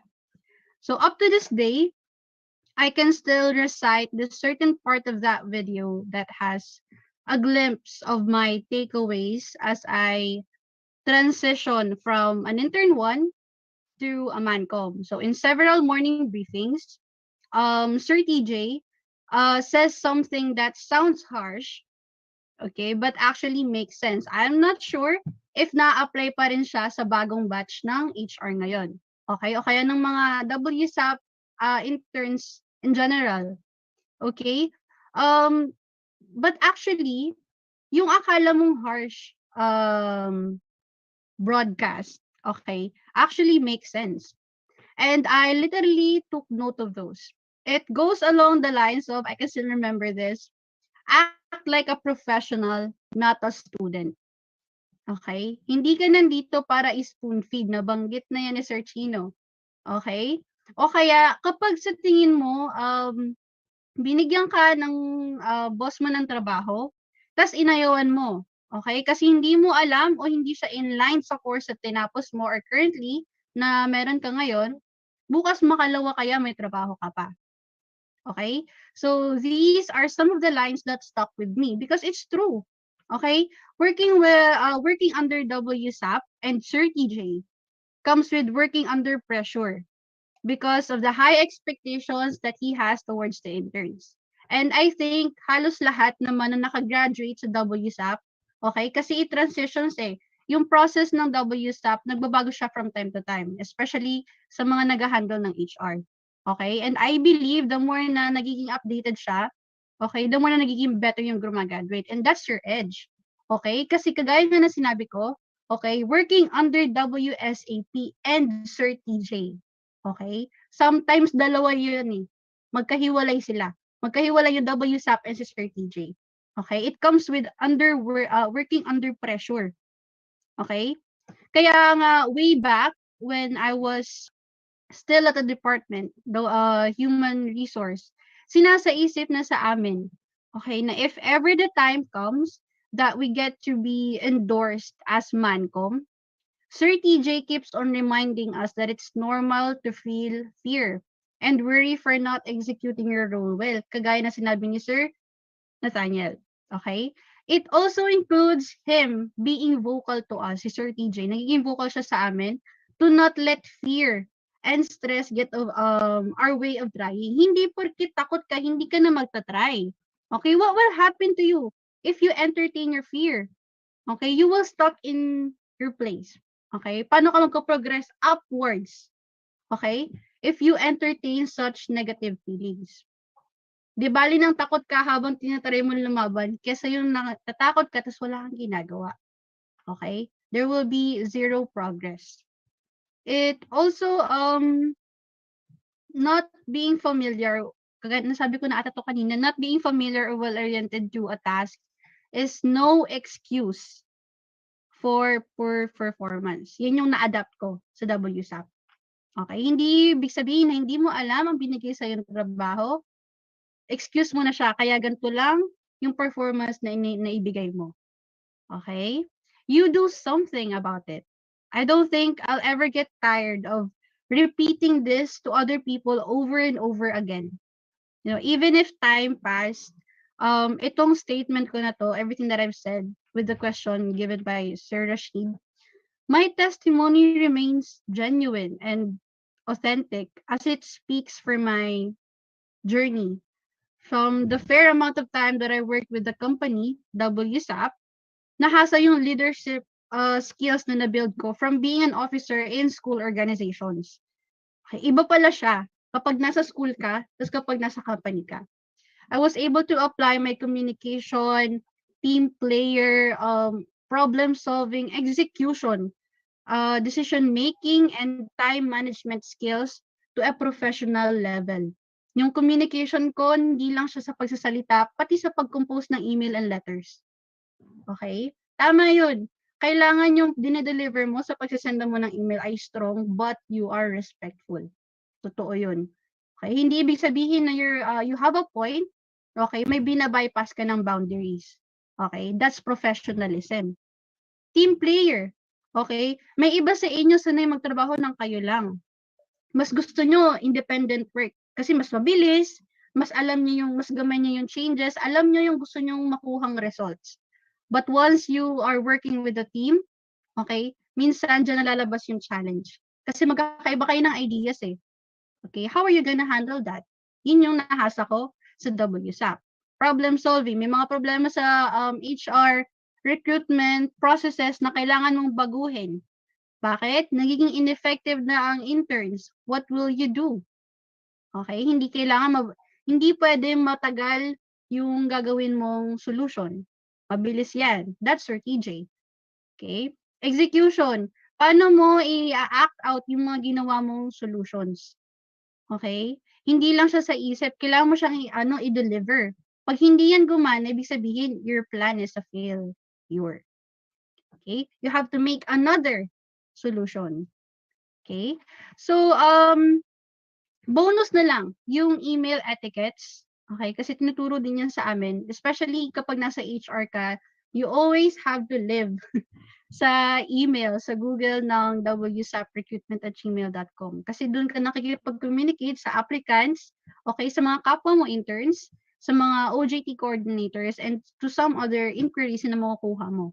Okay, and good camaraderie na nabuo along the way. I think that all in all summarizes my experience, skills, and knowledge, especially my edge that I have developed in WSAP. Okay. Ayun, Sir Rashid. Thank you po, Miss Krystine. So lastly po kay Mr. Nathaniel, ganun din po ang question. What are your edge to other candidates in your chosen industry po? So, of course, thank you so much for that. Ano nga ba yung mga naging edges na meron ako as of now?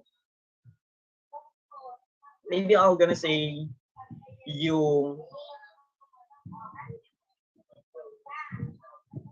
yung pagkakataon na maging volunteer sa company kahit hindi na ako required. As of now,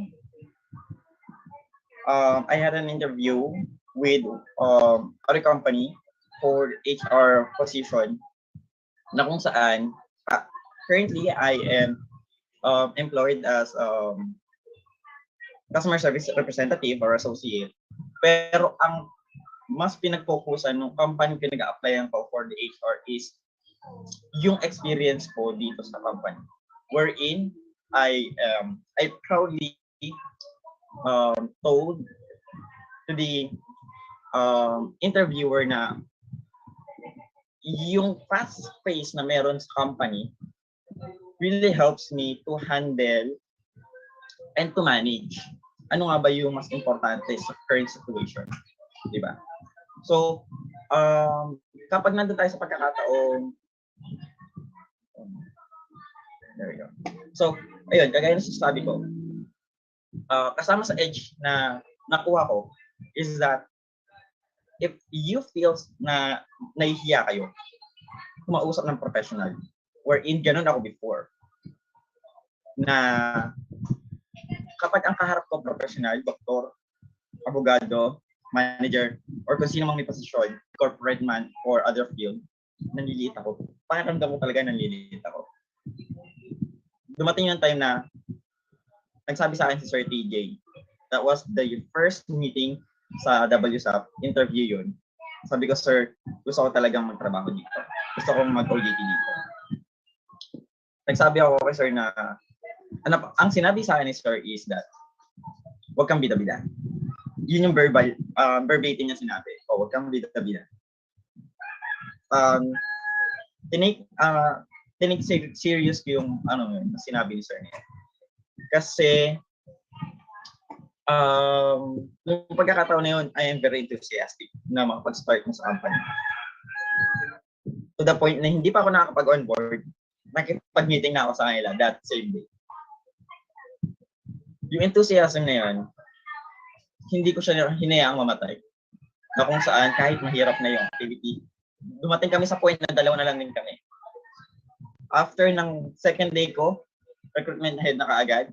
Then, I'm not sure if I'm the one who sent email to Sir Chino and ako nakapag-interview sa kanya. I'm not sure. Hindi ko na gaano matandaan. And then, after a week, department head na. Wala akong choice.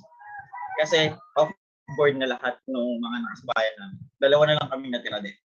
So, what I did is prioritize recruitment kaagad, kahit department head na ako. Sa ganung pagkakataon, hindi ko alam kung paano pa yung proseso dahil sobrang bilis nga ng phases. Kapag natripan ni sir na, late ka ngayon, mantong ka bukas. Ganun kabilis yung transition nung panahon namin. Kasi ilang batches na ngayon. Naging HR ako way back October last year. So, 150 hours. Mabilis ko lang siya natapos, 3 weeks. Pero ang ginawa ko, humingi ako ng commitment doon sa ilan pang mga alumni na kung saan i-continue yung internship summit. Nangyari internship summit February this year. Just imagine yung time frame na ginugol ko pa from November, December, January. Off-board na ako noon. But then again, yung willingness na tapusin yung work, yung project na yun, that gives the edge pagdating doon sa company ngayon. Kasi yun yung makikita nila. Enthusiasm kahit wala ka na doon sa wala ka nang magiging na hindi ka na required. Trabahuhin pa yun. But then the enthusiasm, the willingness to finish the project na sinimula namin, yun yung mas tatatak doon sa employers na sa pinag-a-apply ninyo. Kaya naman, one thing na gusto kong sabihin sa inyo, pag mag-a-apply kayo, please alamin niyo yung nature ng trabaho pag-a-apply ninyo. Kung ito ay sa HR, please alamin niyo muna. Kasi tatanungin kayo, anong alam niyo pagdating sa company. And pagdating sa WSAP, I hope and I'm assuming alam niyo ang process. Even though meron iba't ibang department. Dahil sa HR, should be knowledgeable enough pagdating sa lahat ng department, especially sa process. Which, that is my advantage as well. Dahil I was given a chance na hawakan mo yung ganitong group composed of magkakaibang interns from different departments. So, take the opportunities. Advantage na meron tayo ngayon, o meron ako ngayon, is that yung opportunity na hawakan ko, yung iba't ibang department, at yung chance na makilala at ma-train under Sir TJ, isang privilege yun. Hindi lang siya advantage. It is a privilege. Tama yung sinabi ni Miss Krystine, working under WSAP is different from working with Sir TJ. Yung WSAP, ang pressure mo dyan sa workload. Pag nagtrabaho ka with Sir TJ, ang pressure mo is with Sir TJ's time frame. Kailangan matapos mo siya, not only just basta may raos, kundi finish it, accomplish it with excellence. Ganun lagi yung target mo, sir. Ganun lagi. Takot kami sa mga pagkakataon noon na, what's your initiative? Yung ganun tanong. Takot kami noon kasi hindi ako palaisip ng resolution doon sa certain situation. But then, nung tumatak sa akin yung sinabi ni Sir na always think for your initiative. Nakikita mo yung problema, mag-offer ka ng solution. If hindi yan yung solution, I'm gonna keep asking you, ano yung another solution for that? So, yun yung advantage na meron ako ngayon na gusto ko rin sana ma-adapt ninyo. Always think for what you can do for the current situation. Maaaring hindi nyo man magamit kaagad yan, hindi man kaagad masabi yan. But if you will gonna give in the chance to speak out your mind, please do so. Kasi yun yung ibinibigay ni WSAP. Courage to speak your mind. Oo, mahirap. Maraming challenges na kapag ikaw ang mag-lead ng project, ikaw ang mag-lead ng, minsan nga maski morning briefing. If you're gonna notice, nagiging plain. May mga chance, may mga days na routine na lang ang tawag doon sa morning briefing. Wala nang ibang pakulo, wala nang ibang activities. So kumaga from that very moment, instead na magkaroon ka ng panibagong activity, okay lang yan, pareho naman yan. Alam ko na yung gagawin dyan. So, if you will be given a chance, ikaw mag-lead ng morning briefing, always think, ano yung pwede kong gawin to spice it up para magkaroon ng pagbabago naman kahit paano, tumatak yung ganito. At be the piloting person pagdating doon sa ganong activity. Kagaya ng sinabi ni Sir Chino, meron siyang ginawang changes para doon sa sending of emails, which is very beneficial para doon sa mga sumunod. Isa rin ata ako doon sa pioneer na nag-asikaso doon sa internship summit, which I'm proud of dahil nga naman inviting the students from all over the Philippines is something na hindi usual, especially kung OJT. Pag OJT, karaniwan, lahat assistance lang yan. Kumaga parang hindi siya ganun ka-normal na ikaw mag-isip ng concept, mag-i-invite ng speakers, ng students, and all of that. Noong pagkakataon na yun, I just took the chance na, sir, mag-volunteer ako. Gusto ko tapusin yung project na yun. Kasi kahit paano gusto ko, meron akong ambag. Kahit yun na lang yung ambag ko doon sa WSAP. And always give back doon sa company. Yun yung sinasabi lagi ni Sir. You think of yourself as well, pero don't forget na you're doing your job for the company as well. Diba? So that is my advantage. I believe na natutunan sa WSAP. Work for the company, but work for yourself as well. Don't forget na magkaroon ka ng self-improvement when it comes doon sa mga facet na sinabi ni Miss or skills na sinabi ni Miss Krystine. Creativity, leadership skills, time management, resolution, expert skills. Please do improve yourself about that. Kasi yung mga ganong chances, meron na ako. At I am applying those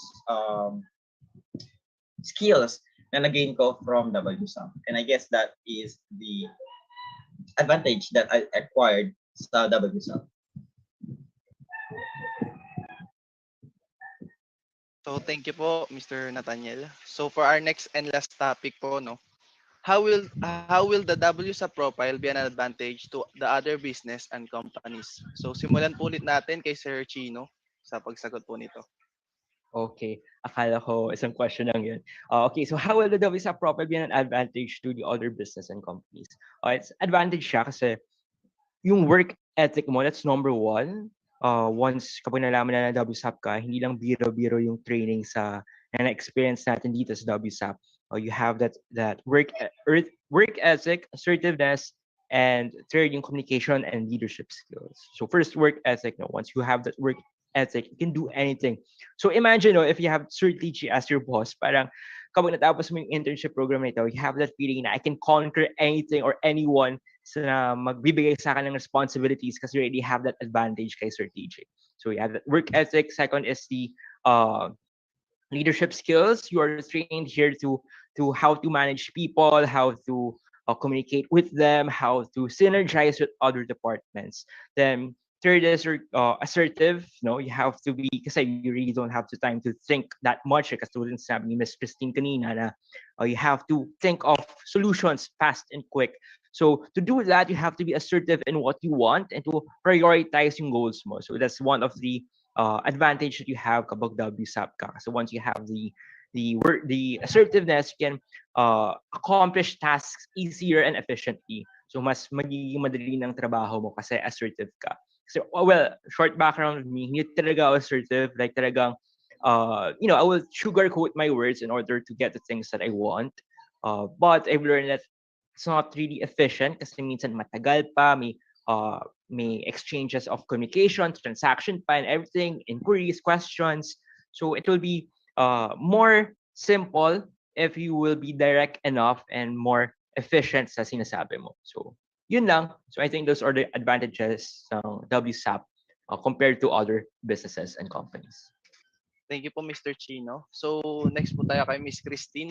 So, ganun din po ang tanong, Miss, how will the WSAP profile be an advantage to the other business and companies po? Okay, so let me repeat what Sir Chino said because I resonate with that. Actually, I think halos lahat ng graduate ng internship with WSAP feel empowered. Kasi nalagpasan nila yung ganong klaseng experience. You know, working with WSAP is never an easy job to have. So kapag nalagpasan mo siya, you feel empowered because you will see yourself in a much different level or from how you were when you first started with the company. My advantage, I would say, include the fact that I am a flexible person who can easily adapt to the company environment, including the workflow itself, which allows me to produce quality results, if not beyond expectations, given sufficient adjustments. Yan yung binigay sa akin ng WSAP. I was molded to work in excellence in organizations and itong internship ko with company that I was involved in. And I believe that led me to carefully plan and skillfully execute a project or task. What makes me uniquely qualified, I would say, given the context of applying for an actual company, is that my experience as a student leader for years, plus work exposure at a legitimate company with a position. So these served as assets, indeed an advantage in my career transition because now I know how the system works sa human resource department ha. Maybe not entirely, but at least having the process, okay, at the palm of my hands for a while is a worthwhile experience for me to take in conquering the adulting stage in my life. Well, so with this, I'm rest assured that my performance as an employee will fall according to what provides an advantage to the company. Ayun po, thank you po, Miss Krystine. So lastly po kay Mr. Nathaniel, ayun rin po ang tanong, how will the WSAP profile be an advantage to the other business and companies po? So, being affiliated with WSAP is, I would really say, na privilege. Dahil after doing or after accomplishing my internship here, like what Sir TJ said before, make sure that you equip yourself and working under Sir TJ's vision and activities that assigned to me. Kumbaga, it led me to be more specific with what I wanted to do, what is the result that I wanted to have. At sa mga ganong pagkakataon, mas nakita ko yung sarili ko na taking such assignments and tasks makes me a better person or a better employee pagdating sa corporate world. Kasi I am given a chance to express myself, share my thoughts, and challenge myself as well. Sa mga ganong pagkakataon, alam ko sa sarili kong mas nagkakaroon ako ng knowledge, mas na-acquire ko, or mas na-equip ko yung sarili ko pagdating sa real world. Wherein, may pagkakataon yan na Sir TG na mismo yung nagsasabi na, Nathan, magpahinga ka muna. Dahil nung time ko, I work at night. Pagdating ng alas 7 ng umaga, hindi na ako aalis ng company. Doon ako mismo a-attend ng morning briefing. After morning briefing, tsaka pa lang ako biyahe ng 2 hours. Pagdating sa bahay, gagawa naman, nandiyan sending of emails and something like the normal tasks na ginagawa ng HR, recruitment head. Sa ganung pagkakataon, na-surpass ko. Alam ko, na-surpass ko sa sarili ko yung doubt sa sarili ko na hindi ko kaya kasi may trabaho ako sa gabi. No, I was able to prove it to myself na kahit may trabaho ka kahit committed ka sa ibang trabaho, if you put yourself and your heart to this assignment or task, makakaya mo. And that is the advantage na acquire ko ngayon dito. Na yes, I'm affiliated with I'm currently working pero affiliated pa rin ako sa ibang groups. As of now, peer counselor sa university. Kumbaga, alam ko sa sarili ko, time management improved a lot because of WSAP. Dahil kapag hindi ka marunong time management sa WSAP, you will have a great challenge talaga na paano mo haharapin yung sunod-sunod at patong-patong na activities na ibinibigay ni Sir. Especially sobrang bilis ng pacing ni Sir. Kailangan mo mag-keep up. That's the only way for you to be able to accomplish the assigned tasks sa bawat isa. Kaya, yung mga ganong pagkakataon gives me this advantage, no? Na ano man yung ibinibigay, titingnan kung ano yung kayang trabahuhin doon sa ibinibigay. And one thing as well na naging advantage ko is delegation. Hindi sa lahat ng pagkakataon kaya ko trabahuhin. But giving the chance na ako ang hawak ng ganitong activity, I can make my own team. I can build my own team. And delegation is one important thing pagdating sa leadership skills. Diba? And that is one skill that I have developed din naman dito sa WSAP. So yun. You keep on accepting the challenges but don't overwhelm yourself. Maraming trabaho, yes. And hindi mo naman may iwasan yan pagdating sa real world after mo graduate. Maraming trabaho talaga. And it keeps on piling up kapag hindi mo sa trabaho at hindi mo siya tinapos. So, equip yourself, like what I have able to do, equip myself with the task na alam kong nandyan na. Comes with the workload, comes with the position na ina-applyan ko. So, hindi na siya nakaka-culture shock. Kasi alam ko na yung process, meron na akong idea kung ano-ano yung mga tasks and roles na na-acquire ko dito sa WSAP. And that is a great advantage talaga. Back to you, host. Thank you po, Sir Nathaniel. So, doon na po nagtatapos yung ating mga topic, no? Sir, gusto ko lang po mag-thank you sa inyong tatlo sa pagsagot po tsaka po dun sa mga presentation na ginawa niyo po kanina. So, thank you po Mr. Chino, Mr. Nathaniel, and Ms. Krystine. So, I'm sure na yung mga participants natin ay marami ring nalaman sa function ng enroll po ng Human Resource sa WSAP Incorporated. So mga challenge nila sa HR department, yung mga opportunities for growth and mga na-experience po nila, lalo na po yung mga skills and knowledge na na-develop nila sa WSAP Incorporated na nag-contribute po sa kanilang career growth. So to our participants po, no, please ready your questions as we will be proceeding with our question and answer segment momentarily. Pero bago tayo mag-proceed to our next segment, Mr. Chino, Mr. Nathaniel, and Ms. Krystine, do you want to promote anything else po, such as business or social media or other contacts po? Please feel free to do right now po. Non-support ko. Pero thank you. Same goes with me. None so Yep far. po, Sir Nathaniel, if ever po na meron. Sure, I think I would like to endorse or promote one of my clubs, which is Toastmasters International. Kung sakaling meron sa inyo na gusto mo i-improve yung communication skills and leadership skills, I cordially invite you to our meetings that is being held every Thursday 6 p.m. and 2 p.m. at Sundays. Wala kayong babayaran doon. It's all free. All you have to do is to make yourself free on that time and attend our meetings. And I promise, hindi lang kayo matututo kung paano magsalita sa harap ng tao.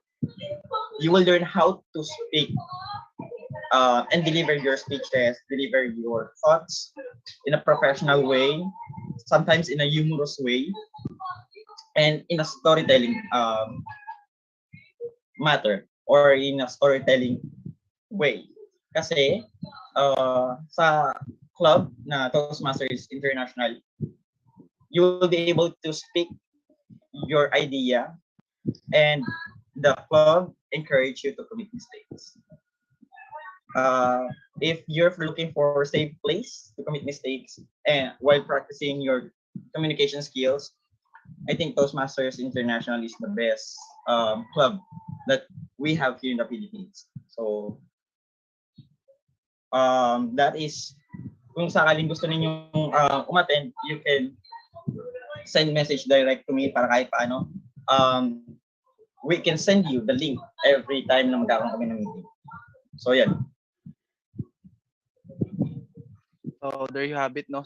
So please support na lang po yung trinomote ni Sir Nathaniel sa ating mga participants. So let's move forward po sa ating question and answer portion. To our participants here in Zoom chat and on our Facebook Live, please send in your questions po. And maghintay po tayo habang nagtatype po sila.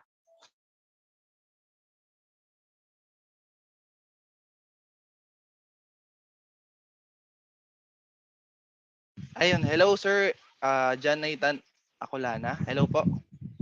Hello Raise po. po kayo ng hand. So ano po, hello po. May concerns po So, ba kayo or yes, questions? I do have some questions for our speakers. Okay So po. we're currently the ones in the recruitment department. I'm just curious to ask, during their time, is it like the internship season or it's not? Because right now it's not yet the internship season here in WSAP, so we're having difficulties. And what did they do during their time po? Yun po. Ayun po ang tanong ni Sir Nathan. Anyone would like to answer it po? Or, sure, sige. Pili ko ako muna. Sir Chino po. So in my part, I think feel ko sa time ni Krystine, doon na pumasok ang internship season kasi I think that's around January, if not mistaken. Sa Yes, akin sir. was... Kaya mas dapat kayo ang sumagot.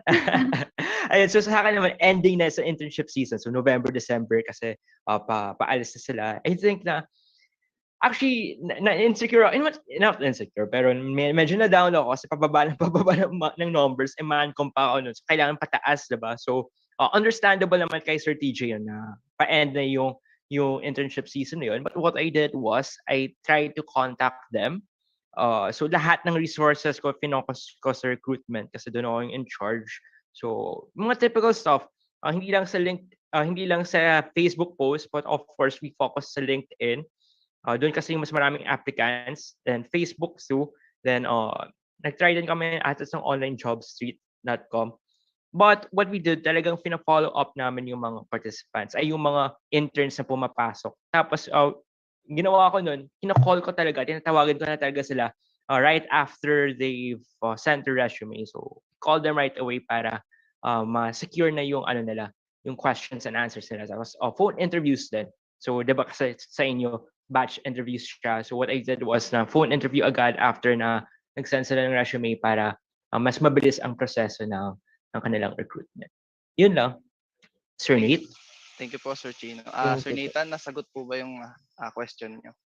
Yes, it's actually also what we're trying to do right now. Okay po, thank you po. Anyone else po na may tanong sa ating mga guest speaker? Please feel free to do so po.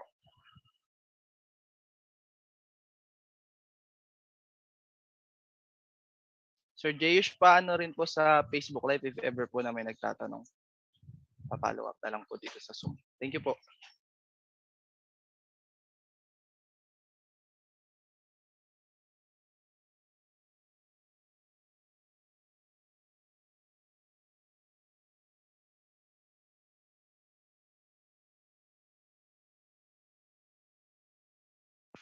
So mukhang wala na rin po yatang magtatanong since nasagot na po kanina sa presentation niyo po yung mga tanong nila, tsaka yung mga sumunod na topics.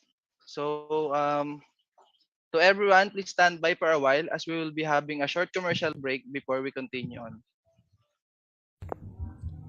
Been feeling left behind? Does the knowledge gap hinder your success? Worry no more because Philippine Workshops is here to serve you. We provide relevant and valuable webinars, trainings, and workshops nationwide that will help you make your own opportunities happen. For more details, please visit our Facebook page.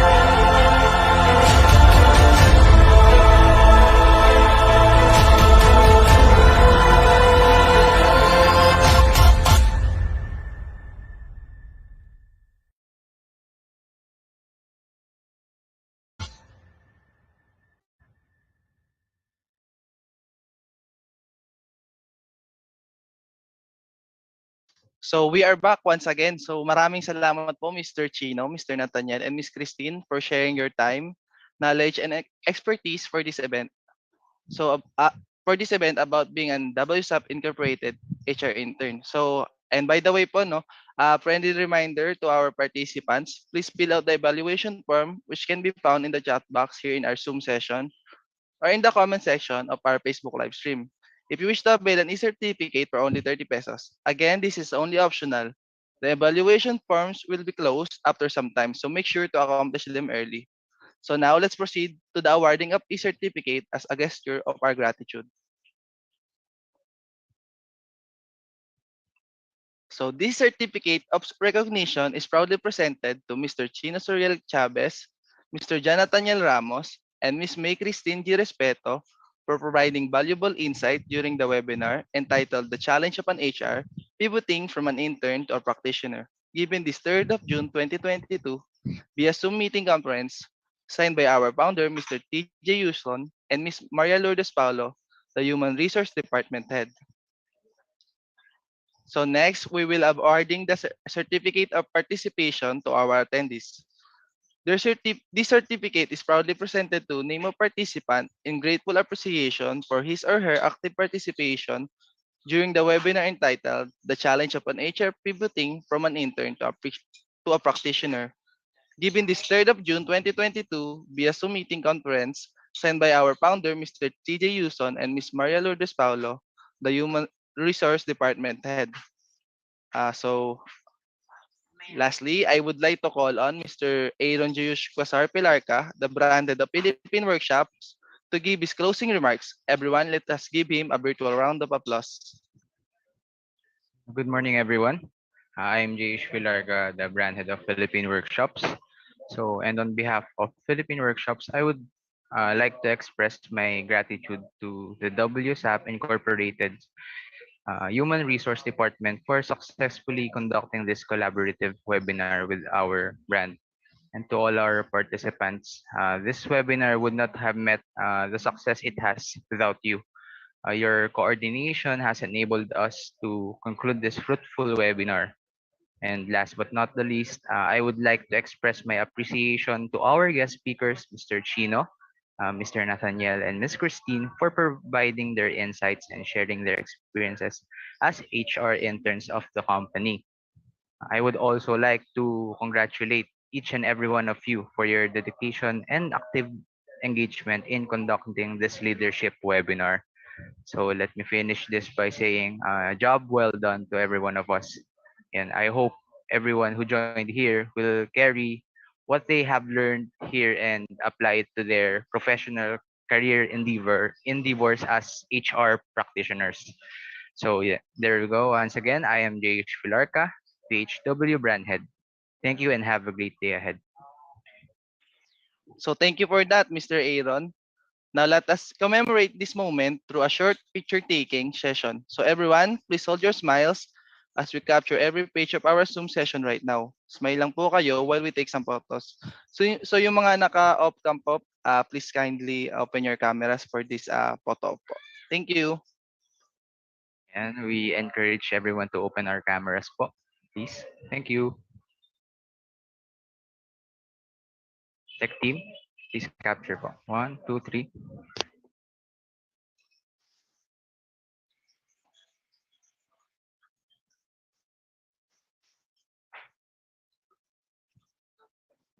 Sir Rashid. So on behalf on behalf of Philippine Workshops, we would like to thank our brand sponsors for today. So Wedding Suppliers Association of the Philippines, wait lang. Yan. Wedding Suppliers Association of the Philippines, Philippine Hotels Directory, Philippine Malls Directory, Online Pasalubong Center, Alabang Real Estate Directory, The Real Estate Directory, Accounting Portal Philippines, Philippine Travel Expo, Philippine Virtual Expo, MedResults Medical Services, and Pa-Home Service. Again, thank you for our sponsors for today. So make sure to please support WSAP's upcoming event as well. So and to Mr. Chino, Mr. Nathaniel, and Ms. Krystine, we would like to thank you again for being part of this webinar.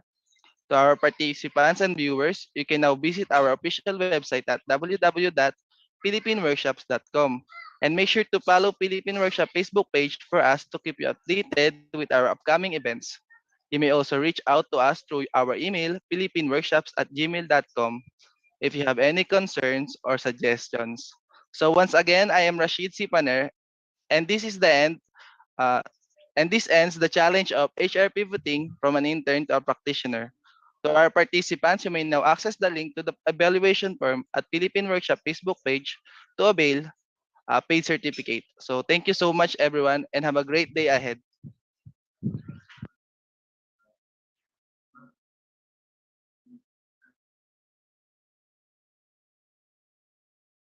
Thank you so much po.